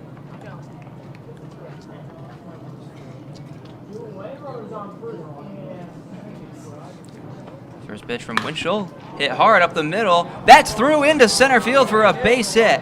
That's going to score a run. The throw to third cut off, and it's 7-0 Stallions in the 6th. An RBI single from Nick Iverson. And Iverson has been really impressive. His second game in Saugerties, and he's looked great in the batter's box now, 2 for 4 tonight. He's made some slick plays in the field, so we highlighted the top half of this inning. And the lead balloons to 7-0. Starting to get a bit out of hand here, and Jarrett Brown with the chance to tack on even more. Runners at the corners, and still 2 down here. First pitch to Brown is a big breaking ball that drops in for a strike, 0-1. Here's where things could get interesting for Winchell on the mound. Again, a young guy, high school senior. Can he stay focused? Can he stay positive after giving up a couple runs? Iverson takes off for second, pitches a called strike, and they didn't even think about throwing down. So we'll see how they score that, but in my head, that's another Benson steal. They put stuff up, you can't knock down. Hey, we'll take it. So they count 0-2 as Winchell deals, and that one well upstairs, 1-2. He was trying to change the eye level, just kind of pump a fastball. Kind of seemed like he was just trying to throw one as hard as he could there. Yep, and when you're up 0-2, you can do that. Yeah. Count now 1-2. Now Jarrett Brown. Winchell comes set, kicks, deals. That one fouled off out of play. So he continues to fight. And yeah, you talk about Adam Winchell, like you mentioned, he's just out of high school. It's a smaller school. I'm not going to diss the level of talent that he's facing, but when you come to a league like this, it's a whole new ballgame. It's a huge adjustment. And even when you're playing at some of the top high school leagues in the country, it's a big jump from high school to college. That one misses upstairs. Went to the breaking ball and again just didn't get the handle on it. Now the count 2-2. And I just saw an article 8 days ago. He was playing high school baseball. Yeah, This is a quick. No turnaround. wonder he was a late arrival. Their team didn't even finish their season until a week ago. 2-2 pitch, up and away, and now the count's full. 3-2 on Jarrett Brown. Runners at second and third with 2 outs here in the top of the 6th inning. Stallions with a 7-0 lead. Payoff pitch to Brown outside, and the bases are loaded with 2 men down. And as JP Ty steps in, I think we'd be remiss if we did not mention that we're inching towards mercy rule territory. 7-0. You do have 2 outs in the 6th here at Glens Falls, but again, if it's a 12-run or more lead for 7 innings or later, that's the mercy rule. First pitch of JP Ty, chopped up the middle to short, flipped to the bag at second. In time, close play, but they did get him with the flip. That was Goff, flipping it up the middle, and that ends the inning. But the Stallions tack on 2 more runs, and as we head to the bottom of inning number 6, Saugerties with a 7-0 lead. You're listening to Dylan McGlynn and John Gross on the Stallions Broadcast Network.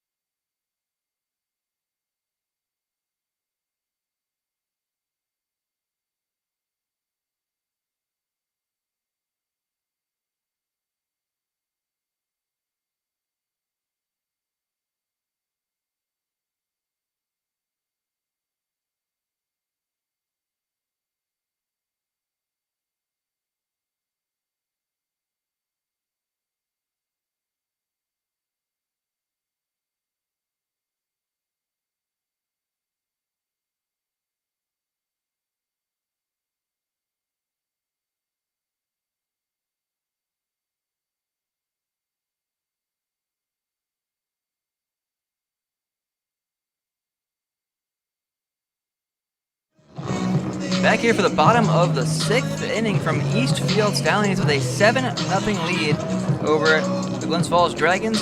Tonight's broadcast brought to you by Lineman Institute of the Northeast. Climb to a successful career. Also by the Main Street Restaurant, voted the best Mexican restaurant in the Hudson Valley. Speaking of the Hudson Valley, Mid-Hudson Valley Federal Credit, the strikeout sponsor for the Stallions, as well as Mirabella's Restaurant. Perfect for friends and family tonight and every night. Richie Simbrick back out for his 2nd inning. First pitch is grounded to third. Iverson comes over, makes the play. Strong throw is going to be in time for out number 1. Iverson just continues to make those plays look so smooth over there. He does. Just so fluid. Scoops it up, makes the quick transition, and fires over to first. First up. Quick start to the inning here for Richie Simbrick, as that will bring up Reese DeCastro. He is 1 for 2 with a single, and he reached on an error, so he's been on base both times tonight.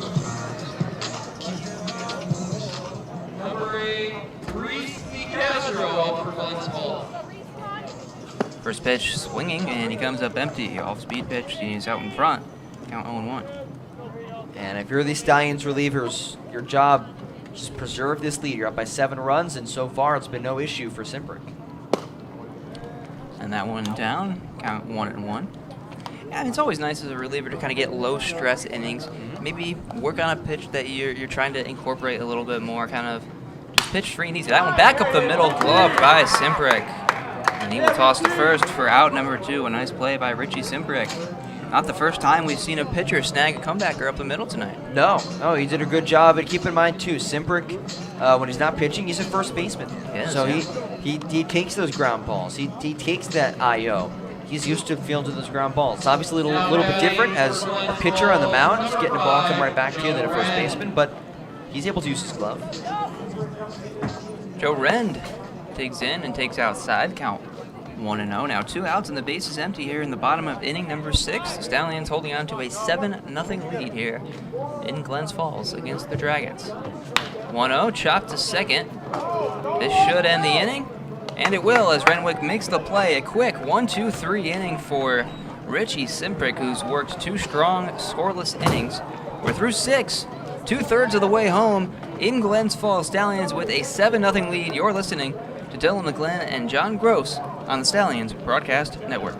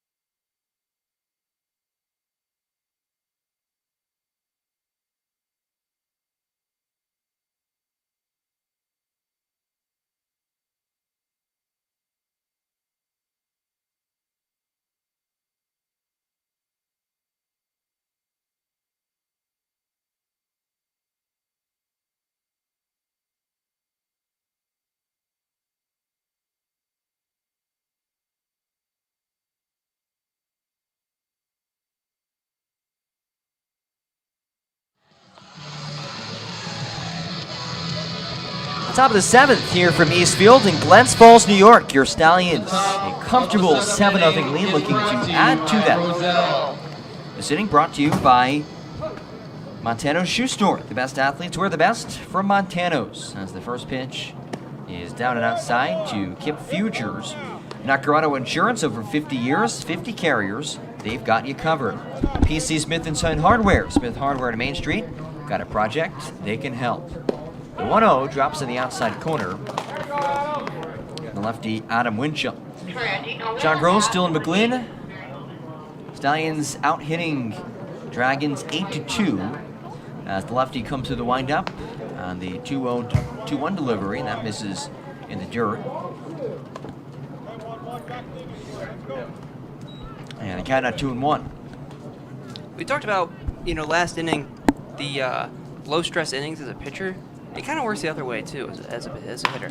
2-1, slapped up the middle, 2 bounces fielded by Goff. His throw's on the money, 1 out. And that was a good play by Goff, but I think you kind of saw what we're talking about with the lip of this infield. When that ball hit off the grass, it took a really high hop there on Goff, and he handled it without much of an issue. But that's the type of lip on the infield that infielders specifically can really have trouble with, especially if it's not your home field. And we saw the play at first base earlier. We've seen a couple hops come off that grass pretty high. Andrew Wilhite digs in, watches ball 1 low, and this is a field that in years past that's been an issue too with Stallions players coming here, and you're not used to the bounces that you'll have at East Field. It's certainly different. Wilhite slap shot into right field, and that splits between first and second for hit number 9 of the night for Saugerties. Yeah, the offense has certainly come to life tonight against Riley Orr and Adam Winchell. Andrew Wilhite got going last night with that 2-run homer in the 9th. Base hit here tonight. Cade Verduzco steps in after the single by Wilhite. And a couple of these newer additions having a nice impact in the Stallions. Verduzco 1 for 3 and an RBI single in his second at bat, came back in the 4th as an off-speed pitch floated high and away, 1-0. It's a good way to endear yourself to your new teammates and your new fans. Come in and make an impact early. Winchell looks back to first, staring down a leading Wilhite. The 1-0 offering works the outside corner, 1-1. It's not hard to see why Winchell is pitching in college, and it's not hard to see why he gets an invite to play for a league like this. Yeah, he's got good stuff. He really does. We'll see what he has in 1-1. Chopper to second, backhanded by DeCastro. And a throw to first gets away from Neekum. That will allow Verduzco to head to second. And this inning continues for Saugerties. Now batting for Yeah, it's so Saugerties, tough. Nice play there at second base all the way until the throw. DeCastro, nice job to field the backhand. Kind of a routine ball to field. He calls off the shortstop, taps the bag, and then the throw. Looked like he just rushed it a little bit. Probably had another second or two to kind of set himself, and just kind of throws it in the dirt. And an inning-ending double play goes by the wayside. Caden Kendall's 0 for 2. He did reach via walk in his last at-bat as Winchell steps off to look back to second. 7-0 Stallions. 2 runs in the 3rd, 4th, and 6th. They put up 1 run in the 5th. Lefty to righty duel. Winchell looks back to second. Now fires home. And Kendall watches outside 1-0. And that's another thing about that transition from high school to college. I don't know if it's intentional, but it does seem like the zone gets a little smaller because guys just throw more strikes as you get to higher levels. The pitch is in there for a strike, and heading off to third is Verduzco, who slides in safely. It's another Benson steal. Benson steal, they put stuff up, you can't knock down. And again, just going back, I feel like we've been peppering the adjustments kind of angle here, but that's another one, holding runners on. Guys will steal more often on you in college as well. Counts it 1-1 to Kendall, looking to drive home another run. He'll do just that. Line shot into right, rolls into the glove of Caffarella. An RBI single for Caden Kendall. 8-0 Saugerties. Yeah, that'll be an unearned run there Now batting for Winchell after Saugerties, the error on Albert what could have been the Jennings. double play. Really nice piece of hitting there by Kendall. Keeps his hands inside the ball, just pokes it the other way.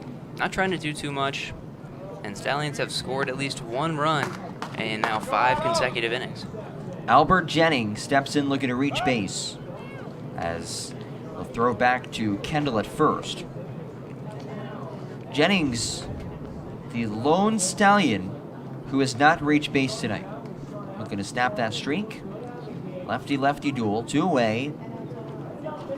And he fans on a changeup, 0-1. Yeah, Jennings and Gene Napolitano, the only two guys in this lineup to not record a hit yet. But you mentioned Napolitano, he has been on base, so Albert Jennings the only one that has not reached base at least once. 0-1 to Jennings. Winchell's delivery is rolled into right. That's a base hit for Jennings. Rounding second, headed to third is Kendall. He's on his horse. The throw to the cutoff, and that puts runners at first and third. It's a big hit for Albert Jennings, and now all 10 Stallions batters have reached base. Yeah, again, we talked about how he seems to be getting better with each kind of passing at bat, just seeing the ball a little bit better each time, and nice piece of hitting there. He's been hitting the ball on the ground quite a bit this season. Did that there, but when you hit it hard on the ground, more often than not, you have a much better chance of finding a hole. He found one there, and 2-out rally continues. Lots of 2-out hitting. Really, really good approach from the Stallions with 2 outs here tonight. Nice to see that from Albert Jennings. Brings up Jack Renwick as this top of the 7th continues. Stallions looking to pad this 8-0 advantage. Renwick watches a breaking pitch work the outside corner. Jack is 2 for 3. An infield single in the 3rd. An RBI single coming in the 6th. 0-1 from the lefty. Winchell checks back to first. Runners in the corners. Sails a pitch high and outside. 1-1. Saugerties looking to bounce back after a 10-4 defeat at the hands of Amsterdam last night. And Dylan, so far, they're doing that in grand fashion. Yeah, barring any dramatic comeback, it's looking good. 1-1, run down and in, and somehow Winslow was able to glove it. Impressed by that play by Nick Winslow. Yeah, he's been good behind the plate tonight. He really has. I think catching for a team where the pitching is struggling can kind of be taxing. You're back there for a long time. You're blocking a lot of tough pitches, but Nick Winslow's done a really great job tonight. 2-1 down and outside, and on cue, Winslow blocks a low pitch in the dirt. 3-1 hitters count now to Jack Renwick. On third is Caden Kendall. He reached via RBI single. They went first to third on a single to right by Albert Jennings, who leads off at first. 3-1 count, 2 outs, 8-0 Stallions, top 7. The pitch home, crushed out to right field. If this is fair, this is extra bases, and it is. It'll roll towards the corner. 1 run will score. Jennings around third. Heading around second is Renwick. Jennings taps the plate. A 2 RBI triple. Jack Renwick has Saugerties in double figures. 10-0 Stallions. Now batting for Saugerties. Yeah, the line just keeps on moving. And how about tonight for Jack Renwick? That is his 3rd hit of the game. He drives in 2 runs. Starting to get a bit out of reach here. 10-0. It looks like we're going to get a pitching change here, John. And we will. So the day is done for Adam Winchell, the high school senior, coming into a tough spot. And hey, he'll certainly improve as his baseball career goes on. Major credit to him coming into a difficult situation. Some nice stuff, but after getting a couple outs, the Stallions' bats started to come alive.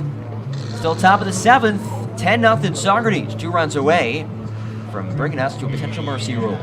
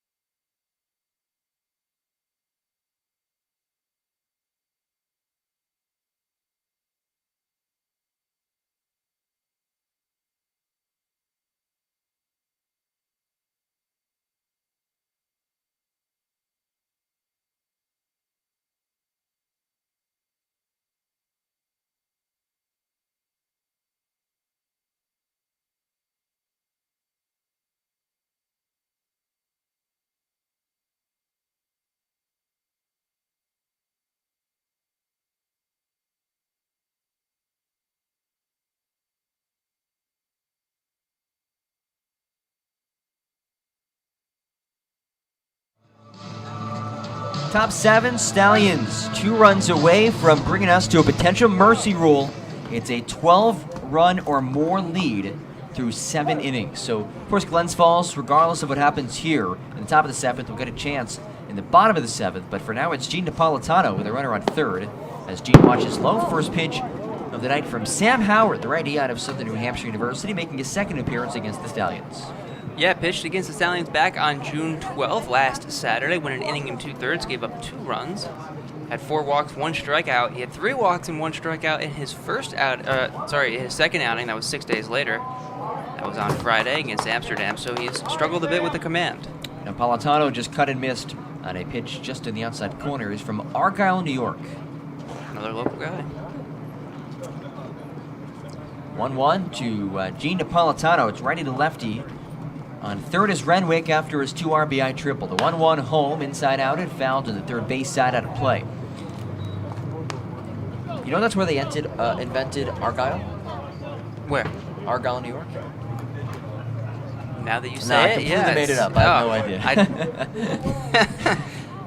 I feel like you could get some people to believe that. Yeah. If someone told me that, I'd believe it. It's a plausible It explanation. is. It very much is. Now it's a 1-2 on Gene Napolitano. Righty to lefty with 2 outs, and that breaking ball didn't break all too much. High and outside, 2-2. I'm going to look it up, though. I mean, if somehow I'm right, Yeah, could you that would be imagine? something. Lots of area guys on this Glens Falls team. It's got to be pretty cool for some of these guys. I'm sure you play with some guys you've played against in the past. Here's the 2-2 offering from the righty. Tails upstairs, and the count's now full. And what we talked about with Sam Howard, he struggled with his command a bit. 7 walks against 2 strikeouts so far this year.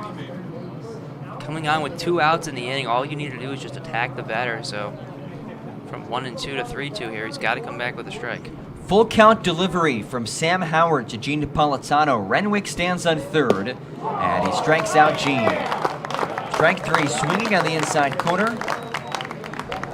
And we're up to the bottom of the 7th. Stallions patting the lead, putting up 3 more runs, and it's 10-0 Saugerties on the Stallions Broadcast Network.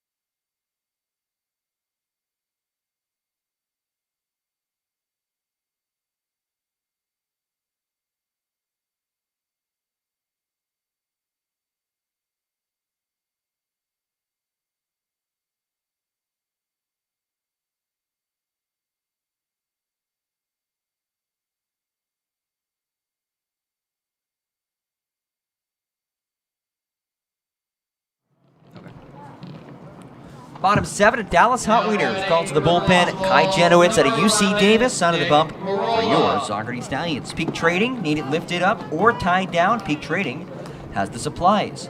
Praetorius and Conrad, Civil and Environmental Engineering and Land Surveying. And Richards Electric. When lights go out, call Richards. Kai Janowitz in the mound. We'll give you his numbers in a second. Making his 2nd appearance in Saugerties. Fastball upstairs. 1-0 to Nick Marola.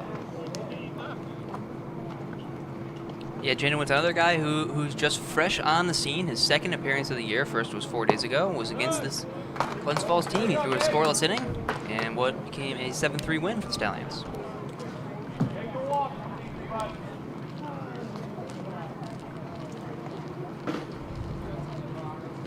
Two-0 from Janowitz. In the air on the first base side. That's in foul territory, and Fugers just ran out of real estate. Dylan, you made a prediction earlier today, right? That Kai's going to pitch? I did, yeah. A little premonition. There you go. I told myself today. Well, my thought process was, he's new, so they're going to want to get him a few innings here and there, right off the bat, just kind of get him settled in, figure out maybe what his role might be. He hasn't pitched, 3 days in between his last outing, so I figured, especially in this league, guys will come in with an idea of who they want to start. A big fly to right, taking Wilhite back. That'll one hop off the fence. Wilhite tosses it in to the cutoff. No one covering second. It's a double to start off the inning by Nick Marola. Yeah, Marola's got a really, really good swing. He's a very talented hitter, and even if things aren't necessarily clicking for him, he can still put the bat on the ball and drive it like that. And he did that there. He got ahead in the count, 2-1, got a good pitch to hit, and he certainly didn't miss it. And I mean, 10-0, so it's a long road back, but just trying to put together good at-bats and give yourself something positive to take away from the game if you're the Dragons. Brings up Kobe Brulette. Just walked up to the John Cena theme song. As the first pitch home is smoked out to left center field. Verduzco back, looking up, and it's off the fence. 1 run will score. An RBI double by Kobe Brulette.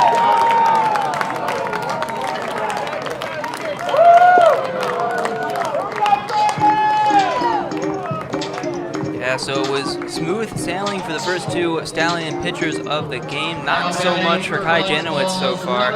Back-to-back doubles to the first 2 batters he faces. Dragons on the board here. Again, long road back, but you got to go one at a time for the Dragons here. And still nobody up.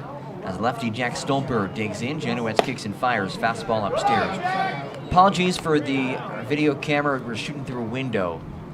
And it looks like the glare is making it a little bit tough, but 10-1 Stallions, bottom 7. Nobody out. Runner on second is Brulette. Janowitz peers home, now comes set of the chest, takes the big sigh out, kicks and fires in the 1-0, and that's fanned on 1-1.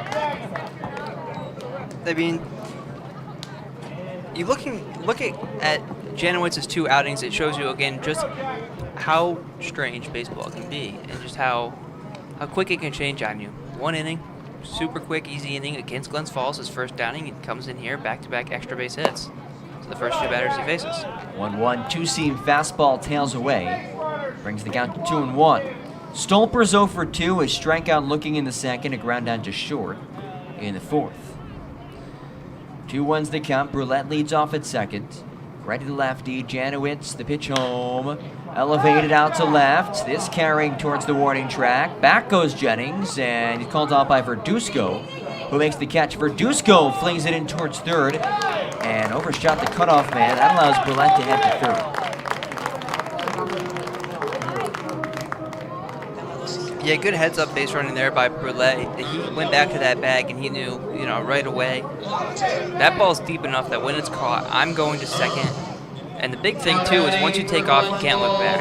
Yep. Once you make up your mind that you're either going to go or you're not going to go, that's that. You can't change it. You have to commit.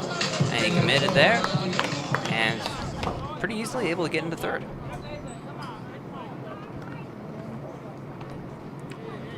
Brings up Michael Gorman. Gorman's 0 for 2, 1 away, and a runner on third in Brulette. Reached on a double, then just tagged up to third. Big thanks to all of you for sticking with us. 10-1 Saugerties on the Stallions Broadcast Network. Janowitz to the windup, kicks and fires. Chopper in the first base side, escapes the glove of Futures. It's about a foot to his left. This could be extra bases. It's an RBI, and it is a double. Sliding at the second safe is Gorman. And Glens Falls, who was on the brink of a mercy rule, finding their way back now an 8-run deficit. Yeah, and you got to give some credit to the fans here. It's not a close game, but that's not stopping them from really going all in. A lot of lot of support here in the bottom of the 7th inning. They've gotten loud. It seems like, they've just been kind of waiting for a reason to go loud. Winslow. Brings up Nick Winslow, who has reached in both of his at-bats. Yeah, walk and a double for Winslow. And he calls time. Gonna make Janowitz think about this a little longer. No action in the Saugerties bullpen. And an 8-run lead. This is a situation where if you're Rich Doobie, you're pretty comfortable just letting Janowitz work through this. Yeah, it's not until, maybe they played a few more, get some more guys on base that you start thinking that you're in trouble. It's a good situation with you come in with a 10-run lead. Now it's down to 8, but it's a good situation to give your guy an inning, even if it goes bad, just give him one inning. Let him get through the inning, let him work through it himself. If he can work himself out of the jam, maybe that builds up a little more confidence. 1-0 from Janowitz as Gorman springing off second behind him. Fastball paints the inside corner, 1-1. Glens Falls, losers of 7 in a row. 3-11 of the season. Your Stallions 10-4, winners of 6 of their last 7 and 8 of their last 10. That was a great homestand this past week. 6-1 in a 5-1, excuse me, in a 6-game homestand. 6 home games in 5 days. Only ended up being a 6-game homestand because of the Monday game getting rained out, but nonetheless, 6 straight home games, and the Stallions went 5-1 in that span. You'll take that every day of the week. 1-1 from Janowitz. Kingston fires, tucks it upstairs. 2-1.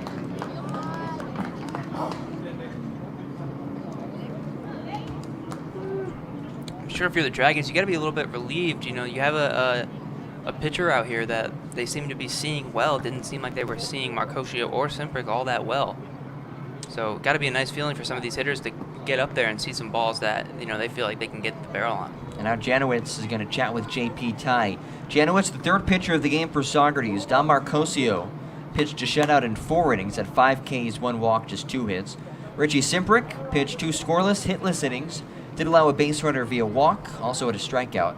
And now Kai Janowitz on the mound, looking to preserve this lopsided advantage. Yeah, 3 of the first 4 batters against Janowitz with extra base hits. Yeah, 3 doubles. 2-1 pitch home, breaking ball, fanned on 2-2 with 1 out. Gorman on second, reached on an RBI double. And that's a great pitch there in that spot from Janowitz. Not a pitch we've really seen him throw much this inning. I don't think he's thrown it this at-bat either, so all of a sudden you break that off out of nowhere. You can really catch a batter off guard. Janowitz checks back at second. Nobody holding on Gorman. He'll fire to the plate. Finds the inside corner of Mid-Hudson Valley Federal Credit Union strikeout. Nice bounce back by Kai Janowitz. 2 outs. Yeah, I mean, just a huge strikeout, obviously.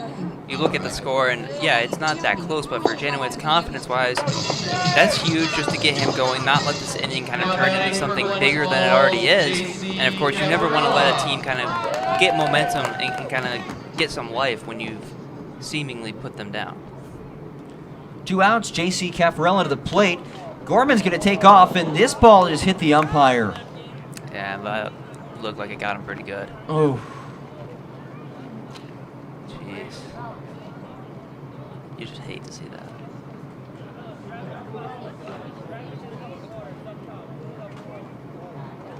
Pitch was up and in. And it seemed as Ty seemed to pull away to try to make a throw down to third. I don't know if he hit him or the ball clipped off his glove and hit the umpire. Yeah, either way, he got hit pretty good. He seems like he's in a decent amount of pain here. And they're going to bring over some water for him. But he might need a little more than that. Yeah, this might be a few minutes here. Just got to let him gather himself. Never a good feeling. People talk a lot about, the catcher being such a physically demanding position because you get comebackers like that, but umpires, it's the same deal. They get hit like that, and sometimes it ends up pretty bad. 10-2 Stallions, bottom 7.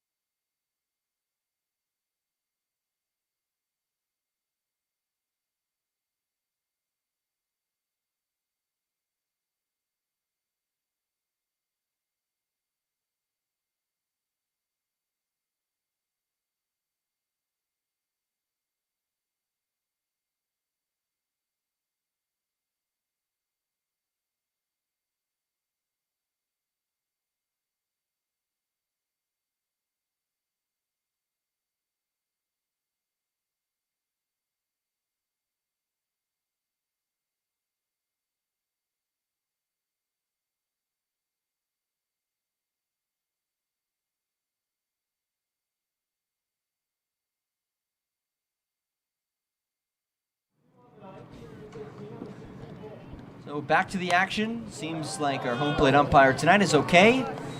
It's 10-2 Saugerties. 1-1 count now with 2 outs. J.C. Caffarella has struck out twice. On third is Michael Gorman, who just swiped the bag. Righty to lefty. Janowitz has allowed 2 runs thus far in the 7th. He'll work to the plate. On the outside corner, strike 2. Good to see our home plate ump's strike call didn't suffer from that injury. He seems to be doing okay. Very enthusiastic. We appreciate it up here in the broadcast booth, that's for sure. 1-2 from Janowitz. Covers his face with his glove. Looking to get out of this inning, but I'll have to wait a second. Caffarella calls time.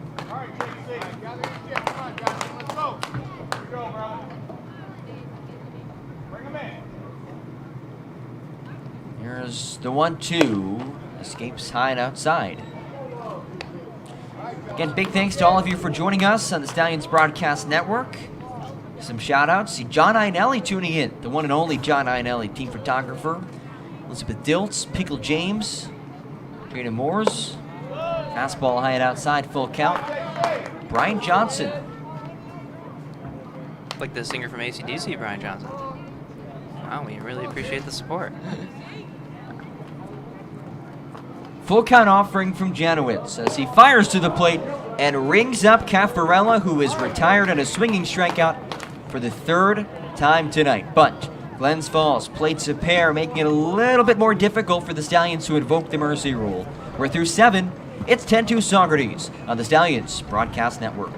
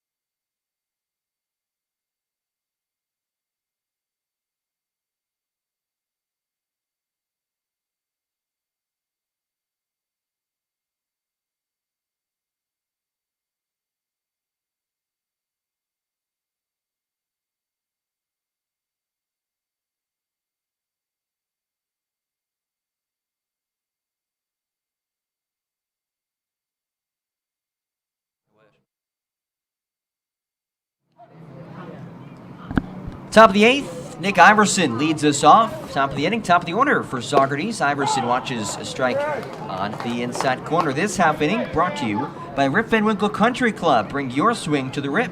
Rip's Auto Parts, the Stallions pitcher-catcher battery sponsor. Rip's, your hometown auto parts store. As the 0-1 is nubbed softly to second. Takes an awkward hop. A throw and move by DeCastro is made for the first out. Sawyer Chevrolet and Sawyer Motors. The Sawyer Motors Car Show takes over Saugerties on July 11th. Stella Artois, distributed by Dutchess Beer Distributors. Grab an ice cold Stella at the Stallions Watering Trough. Steyers, celebrating over 50 years of keeping you on the road. Sun Common, a solar company with a purpose beyond profit. The computer guys. Don't get robbed by the other guys. Call the computer guys. As Jared Brown digs in. Now 1 away. Howard rocks and fires. And made Brown look silly with that pitch. 0-1.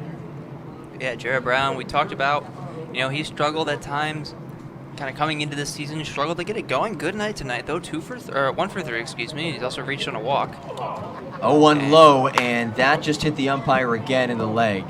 Man, just a brutal last 20 or so minutes for this guy. He took a shot just about 10 minutes ago, and there was an audible grunt. You really are, as you kind of said before, you're putting yourself in harm's way as an umpire. Yeah, really, and it kind of goes underappreciated. I mean, people love to rip on the umpires, and sometimes it's with reason, but a lot of the time, these are guys just back there trying to give a fair call to a game, call it as evenly as they can, let the kids have fun, and it can be pretty physically demanding at times. Counts at 1-1. Howard from the first base side of the mound works and deals down and outside ball 2. The other thing, too, especially in super hot weather, you always talk catchers wearing all that gear. Umps wear a lot of gear as well. That's true. They do. 2-1 count as the fireworks go off in the distance. Misses outside for ball 3 from Sam Howard. It's a thankless job. You're working hard. You are in harm's way. And you're going to piss a lot of people off. Yeah, and everybody regardless loves of what to you yell do. at you. Hitters count 3-1 to Jared Brown and takes ball 4 in the dirt as he'll head off to first. Now batting for Saugerties. Yeah, so a good night for Jared Brown continues. He's now reached base 3 times in 5 plate appearances. 1 for 3 with a double and 2 walks. Yeah, Jared Brown back-to-back at-bats with walks. Brings up J.P. Ty. Ty is 1 for 3, had a 2 RBI single back in the third. Entered today hitting .438 as he watches the strike over the heart of the plate. 0-1. Ty's one of those guys where, you look at this lineup, and the lineup changes every night for every team. They're shuffling guys in and out, giving guys at-bats. But Ty is a guy who, he's hitting third tonight. He's a guy that, in a playoff situation, you could see him hitting third. And that just plunked him in the foot. So he'll trot down to first. It's a Delvecchia and Kraft hit by pitch. If you've been hit, call Delvecchia and Kraft injury attorneys. Yeah, you talked about the mercy rule, 12 runs. So right now, Stallions would be 4 runs away. Got 2 men on with 1 out here, so if this turns into something, then we could maybe be in that situation when the bottom of the 8th rolls around. And a guy with a whole lot of pop in his barrel, Kip Fugers, Yeah. who is 1 for 3. An RBI single coming in the 5th. Also reached on a walk in the 1st. Righty to righty. Howard works on the outside corner. 0-1. See, that's a really good pitch from Sam Howard. It might have been a little bit off the plate, but he's consistently been giving that call. And first pitch, that's not right. That's not a sweet spot for anybody at the plate. So you're not going to get a lot of swings there. 0-1 down low in the dirt. Good block by Winslow. 1-1.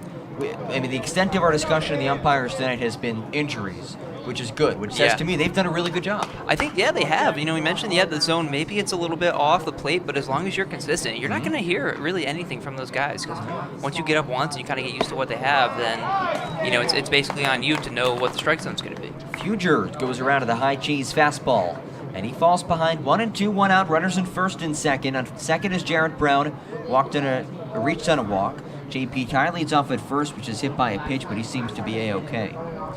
Righty to righty. Here's the 1-2, but Howard steps off, looking back at Jared Brown. Howard set from the stretch. Kicks and deals. The 1-2 delivery. Line fouled on the first base side out of play. The other thing about umps, too, one thing that I think players love from an umpire is being kind of open, being approachable.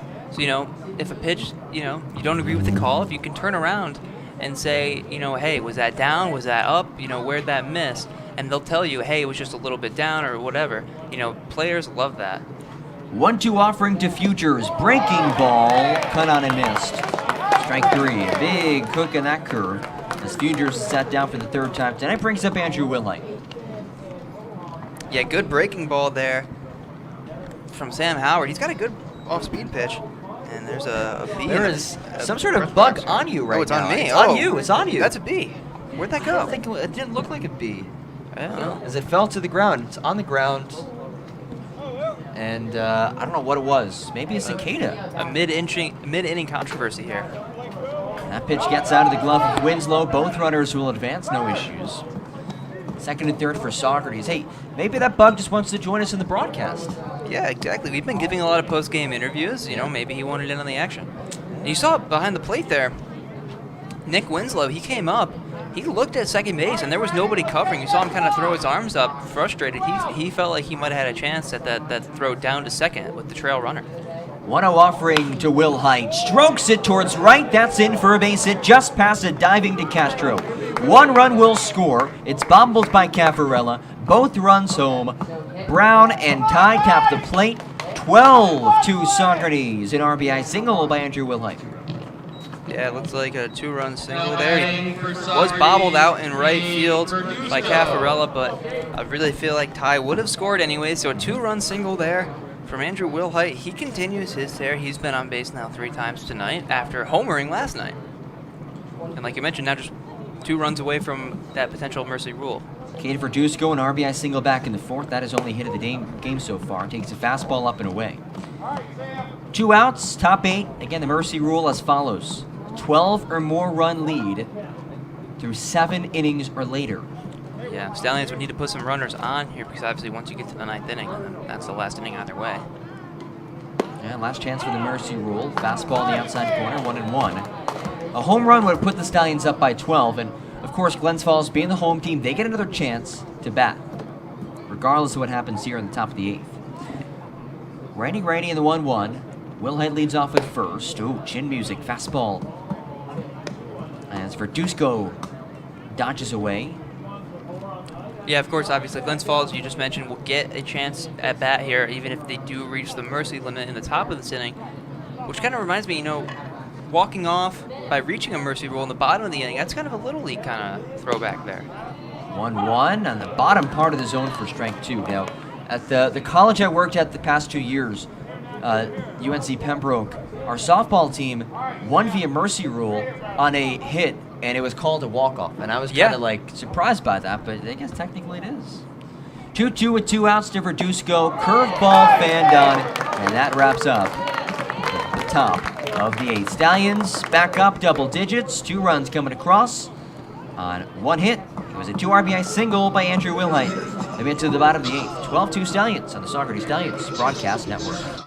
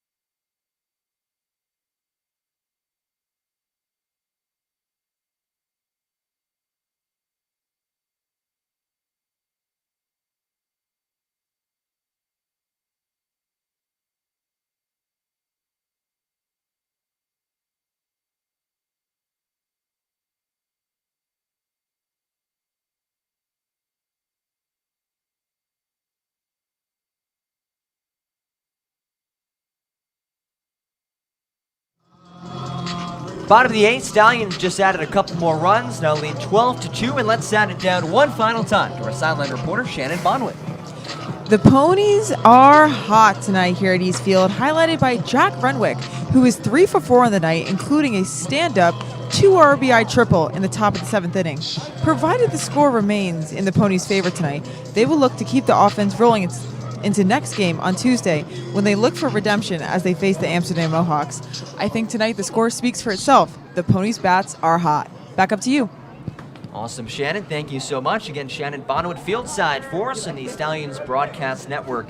And as Shannon said, the Ponies' bats are hot right now. 13 hits for the Stallions. They've plated 12 runs thus far as they lead comfortably 12-2 in the bottom of the 8th. Kai Janowitz remains on the mound, just looking to bounce back after giving up a pair in the bottom of the 7th. First pitch tails outside, 1-0. Yeah, I mean, it's a good opportunity for Janowitz to get another inning, get another clean inning, you know.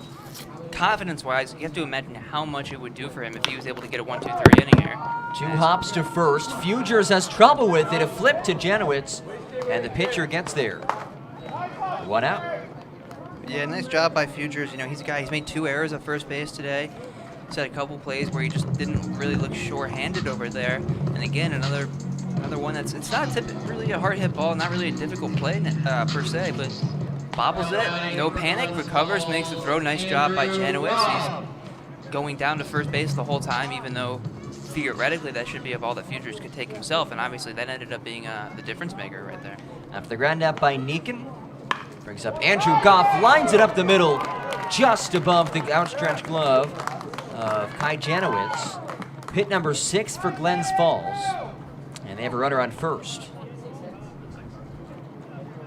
Yeah, that was one. You saw Janowitz stick his glove up, almost got a piece of it, but just an absolute bullet right back up the middle. I've seen quite a few hard hit balls off of Kai Janowitz so far since he entered last inning. So 1 on, 1 out for the 2-hitter, Reese DeCastro. DeCastro is 1 for 3, a single coming back in the first. He also reached out an error by Kip Fugers in the third. Righty to righty, as Goff leads off at first. Fastball up high, 1-0. 1 off day tomorrow for the Stallions, a chance to recharge. This team, again, hadn't played on the road in quite a bit, but does not seem to be an issue tonight, Dylan. No, it does not. It's always nice, I feel like, to get out and, you know, see some other fields, kind of do some traveling. Not quite as much traveling here in this league as, you know, say if you were playing in the majors or the minors, but still a little bit of travel, you know, just got to get a new perspective. Absolutely, as that pitch is cut out a miss by DeCastro. And Stallions, a couple more road games this week. You know, 3 games this week against Amsterdam. And it's clear that the Stallions and the Mohawks are the 2 top teams in the East Division. I'd venture to say the 2 top teams in the PGCBL as Janowitz steps off to look back at first. Yeah, they certainly have been so far, and actually Jamestown at 10-4, they pulled into a tie for a second in the league with Stallions. They won last night, and then obviously that coupled with the Stallions loss has both teams at 10-4. Entering today, that is. 1-1 misses, hits the outside corner. I believe Jamestown actually got blown out tonight. We're going to get the score up here for you. We'll do a little wrap around the PGCBL. 1-2 from Janowitz, looks down, sets, works home. Down and outside tie, a good block to keep it in front. And Elmira blows out Jamestown via mercy rule, 17-4. We were just talking about the walk-off, so 17-4. Walk-off home run. Must have been because they won by 13 with a mercy rule of 12. Which we just talked about in between innings. Here's the 2-2 home. Fastball upstairs, thrown on to second. Got him! Second time today, JP Ty said Benson steals are for Stallions only. And Goff is thrown out for the second out of the inning. Hey, he just has such a strong arm, really good pop time as well. If you don't get as perfect of a jump as you possibly can off JP Ty, there's a good chance you're not going to make it to second base. And we've seen that twice tonight. And how about this Mohawk Valley leading Amsterdam 5-4 in the bottom of the 7th? Wow. So this would be a big night for Saugerties if the Stallions can hold on to win and the Diamond Dogs to do the same. And the 3-2 is hacked out and missed. Kai Janowitz. Big response in the bottom of the 8th as he sets down the order. And we head to the top of the 9th. Janowitz, a Mid-Hudson Valley Federal Credit Union strikeout, and Reese DeCastro facing the minimum. And it's 12-2 Saugerties, the Stallions Broadcast Network.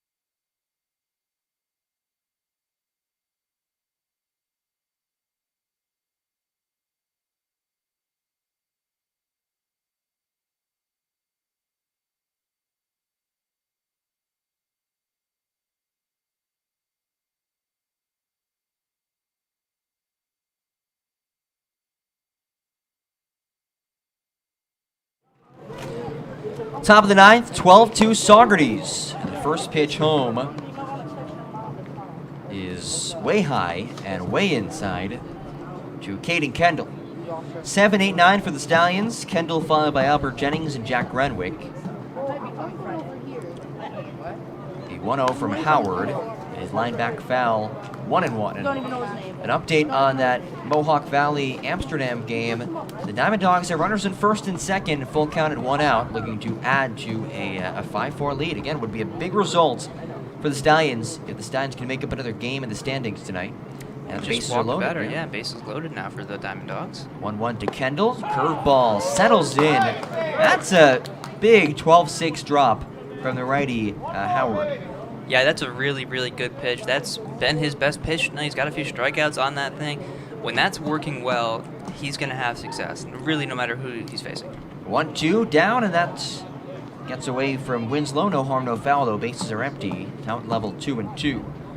Kendall had a hit in his first at-bat, his first hit. His first RBI as a Stallion is 1 for 3 tonight. Also walked in the 6th and stole a base after walking. 2-2, Howard comes home, fastball upstairs, and it's above Winslow, who is getting quite a workout in back there. Yeah, he certainly is. One of those days where you might be able to take the gym off the next day because you got quite a workout behind the dish. And I mean, this game, pretty short game standard. We're just about at the 2.5 hour mark, but in terms of workout time, that's quite a long time. Full count pitch misses inside. Kendall will track down to first. And Saugerties starts off this 9th inning with a base runner.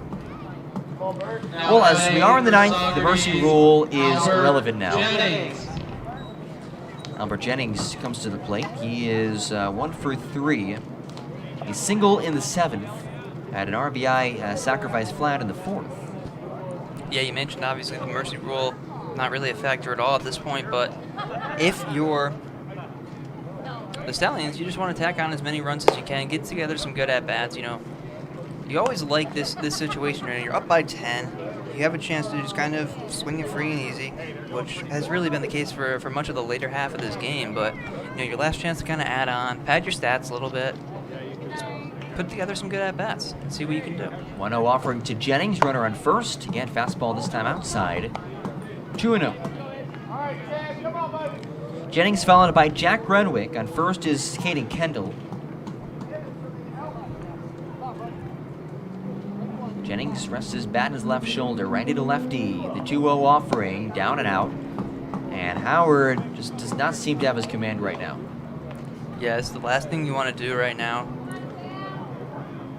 10-run game, 2 outs. You're on just literally, it's garbage time. You're on just to get outs and get out at the top of this inning. So the last thing you want to do is lose the zone and kind of prolong things here. 3-0 to Jennings, like a statue. He watches it high and outside. Back-to-back walks, put runners in first and second. And a mound visit for Glens Falls with Jack Renwick due up. Now batting. Yeah, I mentioned the time of the game, man. We started just around 7 o'clock tonight.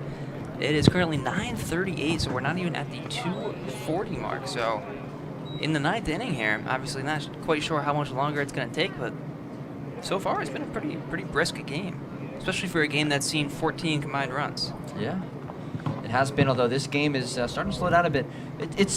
We haven't seen a lot of mound visits tonight. We've seen some calls to the bullpen, but at least for the Stallions, they've really come with between innings.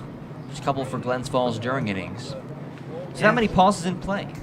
No, the Stallions have had, the luck to, I wouldn't say luck necessarily, but the good fortune to, have their pitchers dealing where you don't really have to go out and talk to them because there's nothing really to talk about. Jack Renwick stands and watches a ball. Renwick is 3 for 4 with 3 RBI, a pair of singles, and a 2 RBI triple. As the 1-0 home is down to the dirt, and another big update. Mohawk Valley just had a 2 RBI single in the bottom of the 7th as they now lead Amsterdam 7-4 with runners in first and third.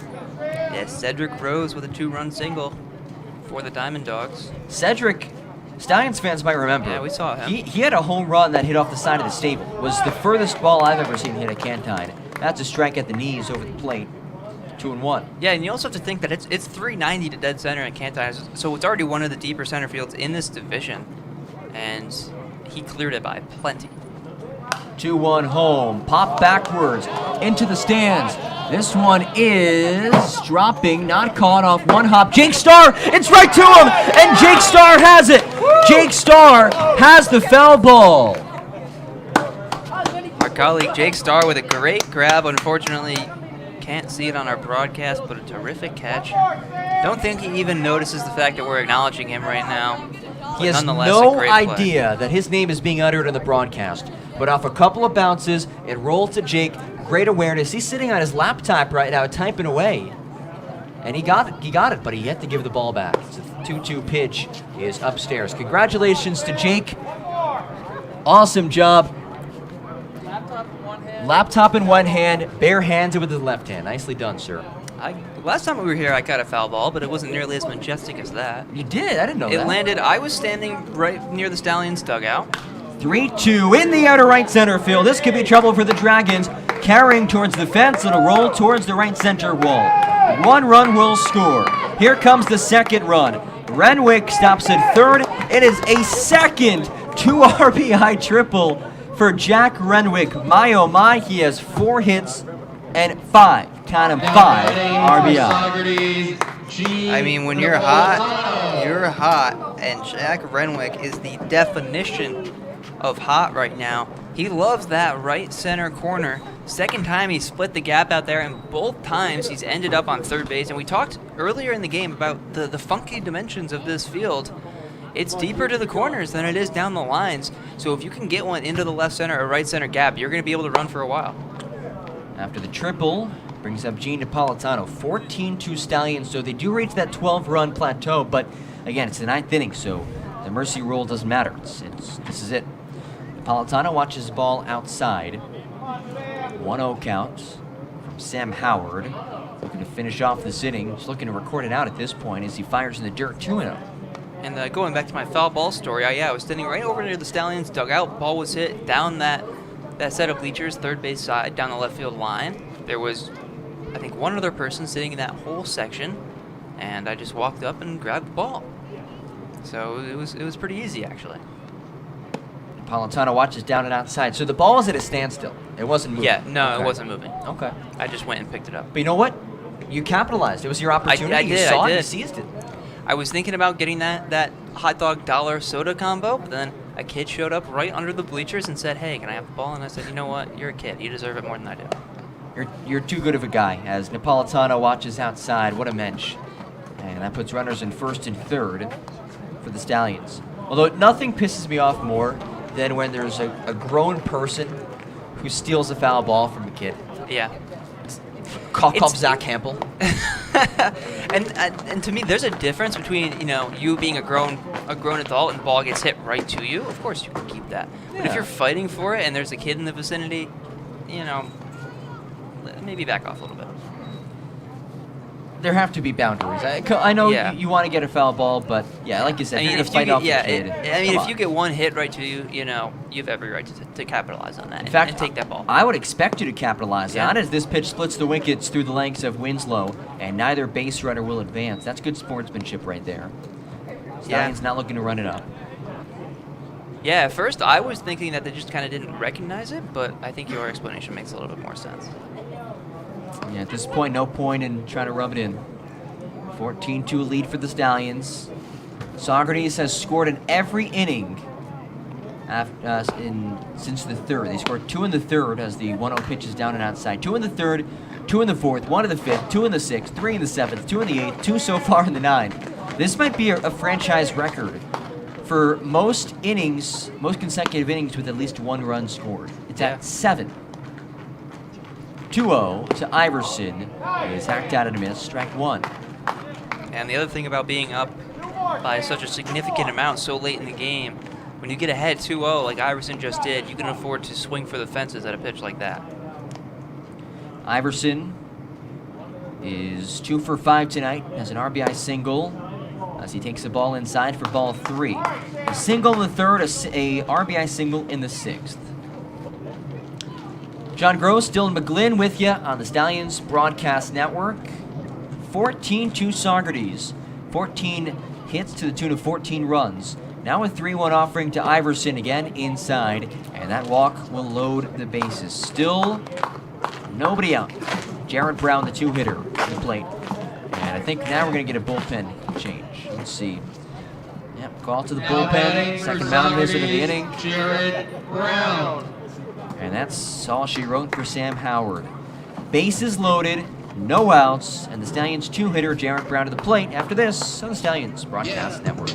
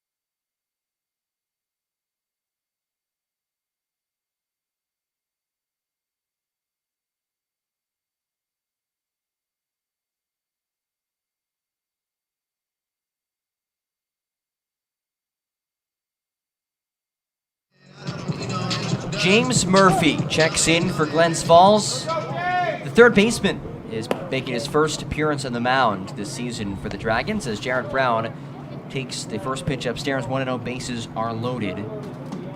14-2 Saugerties and still nobody out. Brown watches ball 2 inside. This inning brought to you by Suncom, a solar company with a purpose beyond profit. The computer guys don't get robbed by the other guys. Call the computer guys. As the 2-0 he is on the inside corner, in for a strike, 2-1. The Emerson Resort. Treat yourself to a getaway at the Emerson. Ulster Federal Credit Union. Get rewarded with Ulster Federal Credit Union. 2-1. Lifted back, 2-2. And last but not least, our great friends at Ulster Savings as I drink from my Ulster Savings water bottle. Ulster Savings celebrating 170 years with 170 acts of kindness. 2-2 count on Brown. The bases are loaded. Brown in the air to right field. Trotting in is Caffarella. Gets under it. He'll make the catch. No tag from any base runner. That's the first out. Nice job there by Murphy. Fell behind 2-0. With the bases loaded, that can, be dangerous territory, but he recovered. And like you mentioned, he's a guy who has not pitched for the Dragons yet this year. 22 at-bats as a position player, making his first appearance on the mound. Just finished his freshman year out of St. John Fisher. Brings up JP Ty with the bases loaded. Ty leans back as he watches ball 1, and I think with the score as it is, 14-2 bases loaded, even an absolute bomb, anything short of a home run, I think the Stallions will only bring home 1 runner. That ball upstairs, 2-0. Yeah, it is certainly hard to picture. I think, if you find a ball that gets up against the wall, that's probably going to bring in at least 2. But like you mentioned, there's not going to be many extra bases taken here at this point in the game. And will Ty see a strike even as that pitch misses upstairs? And keep in mind, the Stallions, led by an old school baseball guy, Rich Doobie. And, you could be sure as Ty watches strike in the outside corner, he's not going to run any score up. AC Ty thought that was a ball, but that's an outside corner. That's been called pretty consistently all night long. 3-1 upstairs, and that ball 4 will bring home a run. 15-2 Stallions. The Stallions 15 runs. Now batting for Saugerties, Season high. Kip Hugers. That'll be the easiest RBI that JP Ty gets all year. Brings up Kip Futures, who is 1 for 4 tonight, an RBI single. And he hacks to the first pitch he sees, 0-1. One thing about Kip Futures, this guy just loves to hit, and you see it right there. This guy's not, Murphy's coming on, walk the last batter, he's not afraid to get up there and swing it. Futures dips away, pitch misses inside, 1-1. With 1 away, bases are loaded. Saugerties has scored in 7 of tonight's 9 innings. They were scoreless over the first 2, but have scored in every inning since then. Kip Futures to center field as he trots out of the batter's box. Leaping at the wall is Gorman, and it's a grand slam.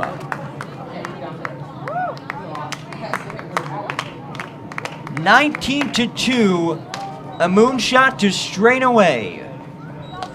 Kip Futures goes yard, and this night on Father's Day belongs to your Saugerties Stallions. I'm starting to think it's getting a little bit out of hand, John. Just starting to think that? Yeah, just a little bit. Yeah, as I'm sure Chase Pickles is probably saying it somewhere. Kip, Kip, hooray. Grand Slam, his 2nd home run of the year to dead center field. Taking advantage of those unique dimensions here at East Field. You're saying it was about, what, 360 to straight away? I believe it is, yeah. And with 1 away, Andrew Wilhite watches ball 1 inside. So the grand slam by Futures makes it 19-2.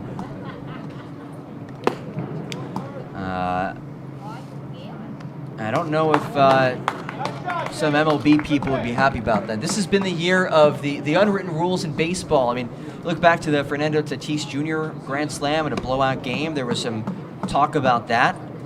At the end of the day, though, you gotta still play the game, right? Yeah, at least that's my mindset. I don't know if you disagree. The thing is, I mean, if you're a hitter and you get a good pitch to hit, it doesn't matter what the situation is. You're trained as a hitter to go up there and hit pitches that are hittable. Yep. So if you see a pitch to hit, there's no reason not to swing at it. And it sounds kind of harsh, but I mean, to me, yeah, the answer is simply just throw strikes, throw better pitches. 2-2 upstairs. Now they got full to Andrew Wilhite. Obviously, at this level, it gets a little bit different because these guys aren't professionals. Yeah. And right now, you do have a guy in the mound who, at least to our knowledge, hasn't pitched in quite a while. 3-2 pitch. Wilhite backwards in foul territory, and it is out of play.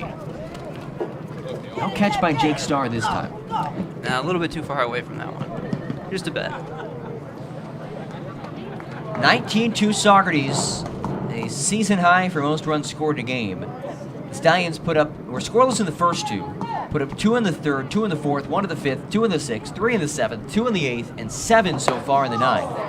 And the full count pitch is whiffed at for a Murphy strikeout, 2 outs. Yeah, so James Murphy comes on. The first couple batters didn't go super great, but he does get a strikeout. And now 2 down, 1 out away from mercifully ending what has been a 7-run inning for the Stallions. First pitch to Verduzco comes inside, 1-0. And now me and our PA announcer Rob Vanderbeck had a decent conversation about this, about batting around with 10 guys.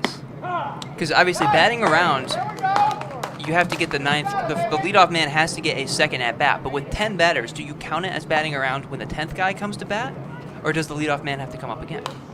As the 1-1 is fouled back, I think the leadoff guy has to come up again. Yeah, I agree. I think it just makes it a little bit harder to bat around.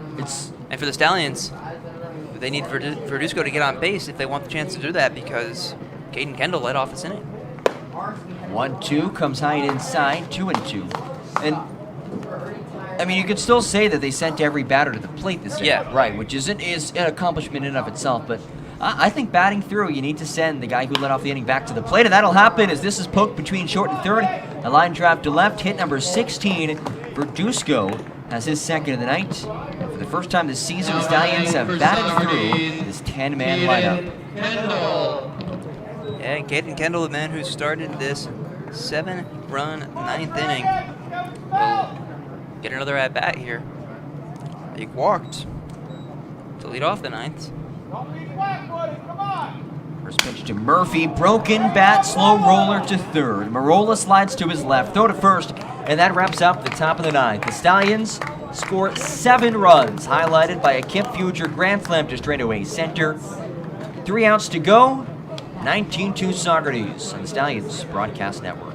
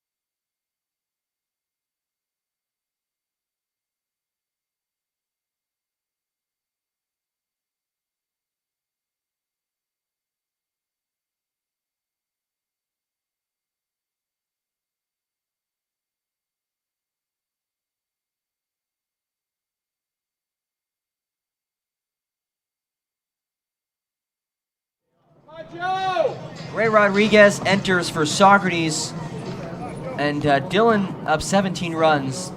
Not a safe situation. Not quite. No, still a little bit of a ways to go before you get into save situation territory. But Ray did not pitch last night, so always good to get him some work. He, at least early on, seems to be the bona fide closer for this Stallions team. 3, 4, 5 due up. First pitch to Joe Rend is swung on and missed. 0-1. I think it's a good time for him to come in and just get an inning of work too. He's a guy who at times has struggled to throw strikes. It hasn't really cost him so far because you look at his numbers and they've been great, but he's lost the zone here and there. So it's a good situation where he can come in and just kind of throw nice and loose, get 3 outs, and send the team home. Pitch misses outside. Count 1-1. Nobody out, bases empty to the lefty Rend, who is 0 for 3. Did reach in the first on an error by Kip Futures. And he taps it back into the glove of Ty for strike 2. On deck is Nick Marola, followed by Kobe Brulette. 19-2 Saugerties. 1-2 count. Rodriguez at a Weber International. Ready's in the mound. He'll kick, he'll fire, he'll miss away. 2-seam fastball, 2-2. Yeah, you see that 2-seam fastball. He's got a ton of run on that, and he's a guy who throws hard, too. So that's a pretty deadly combo right there. Rodriguez ready's in the 2-2 as Ty sets up outside. Goes outside, swing and a miss, fastball, strike 3, 1 out. Well, and there it is again. You see the amount of movement with that speed. That is just such a tough pitch to hit because it comes in already basically dotting the outside corner. As a hitter, you know you just kind of have to lunge and make contact and foul it off. And then at the last second, it just bites even further away. Nick Marola digs in 1 for 3 after the Mid-Hudson Valley Federal Credit Union strikeout. Mid-Hudson Valley Federal Credit Union, the official strikeout sponsor of your Saugerties Stallions. Marola 1 for 3. First pitch, misses. Oh, it's on the inside corner. Strike 1. Yeah, you saw Marola kind of shimmy out of the way of it a little bit, maybe trying to sell the call. It did look a bit inside. Rodriguez in the 0-1, works from the first base side of the mound. Kick steals home, broken bat, rolling to short. Backhand by Brown. He'll throw to first. The bat scooped up by Iverson, both in time. And now Nick Iverson will launch this back towards the Glens Falls dugout. A really good toss that just ended up about a couple feet shy of the dugout. Phenomenal play by Nick Iverson at third with a broken bat. He is so sure-handed that he can just pick up half of a bat and chuck it across like it's no big deal. I mean, maybe not the most safe thing, but if you know you're going to put it where you want to, no harm, no foul there from Nick Iverson. A nice little toss across the field. And for the final time tonight, marching to the plate with his John Cena theme song, walk-up song. It's Kobe Brulette. Brulette is 1 for 3, had a RBI double in his last at-bat. We'll have to see if we can get somebody on the Stallions to switch to the song, because I am going to miss this when we go back to Kansas. I know, right? Great song. 2 outs, 19-2 Saugerties, bottom of the 9th. Rodriguez looking to shut the door on Brulette and his John Cena walk-up song. Ready to lefty. Rodriguez, first pitch. Fanned on it, strike 1. Ray Rod just said, "You can't see me."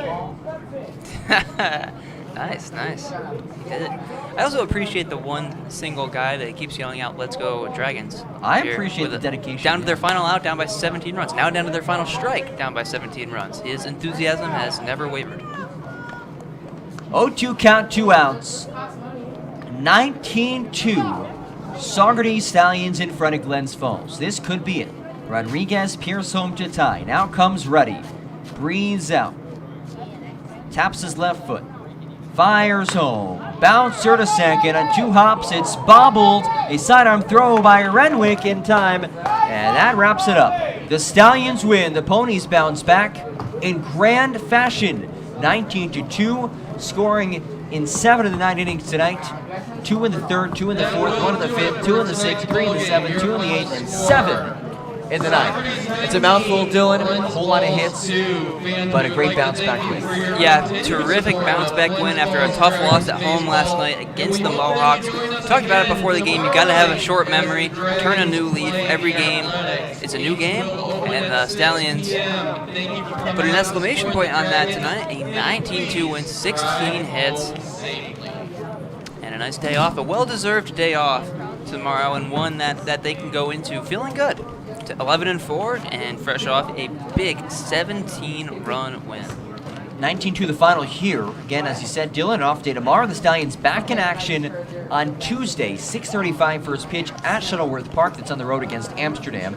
Then they return back home to Cantine Field Wednesday and Thursday against Amsterdam and Oneonta, respectively. Those both 7:05 first pitches, so make sure to come on out. On the topic of Amsterdam, the Diamond Dogs lead 7-4 in the bottom of the 8th. Yeah, and then the Glens Falls Dragons, you mentioned, they came into this game. The last several games, they were outscored, I believe it was 43-3. Yep. So they lost this one 19-2. 62-5. Yeah. Over the last 5 games. 62-5. They scored. So they're only averaging 1 run a game in their last 5. And they're giving up over 10 runs per game in that span. So this has been basically the toughest stretch that you can think of for a team at this level. And you really got to feel for those kids at some point, because it does weigh on you. It's not fun. Wow, I can only imagine. Stallions winners, 19-2 with this win. They are now 11-4 in the season. Glens Falls stutters to 3-12 on the year now, losers of 8 games in a row. Again, Amsterdam losing right now. If they lose this game, they'll snap a 10-game win streak, and the Stallions will move within 2 games, first place in the East. So the Stallions with the win, 11-4, back into the second best record of the PGCBL, looking to keep things rolling. But first, an off day tomorrow. Well, for our entire broadcast team, our sideline reporter tonight, Shannon Bonowit, my broadcast partner, Dylan McGlynn, I'm John Gross signing off from Eastfields in Glens Falls, New York. 19-2 the final. Big thanks to all of you for joining us. This has been Stallions Baseball on the Saugerties Stallions Broadcast Network.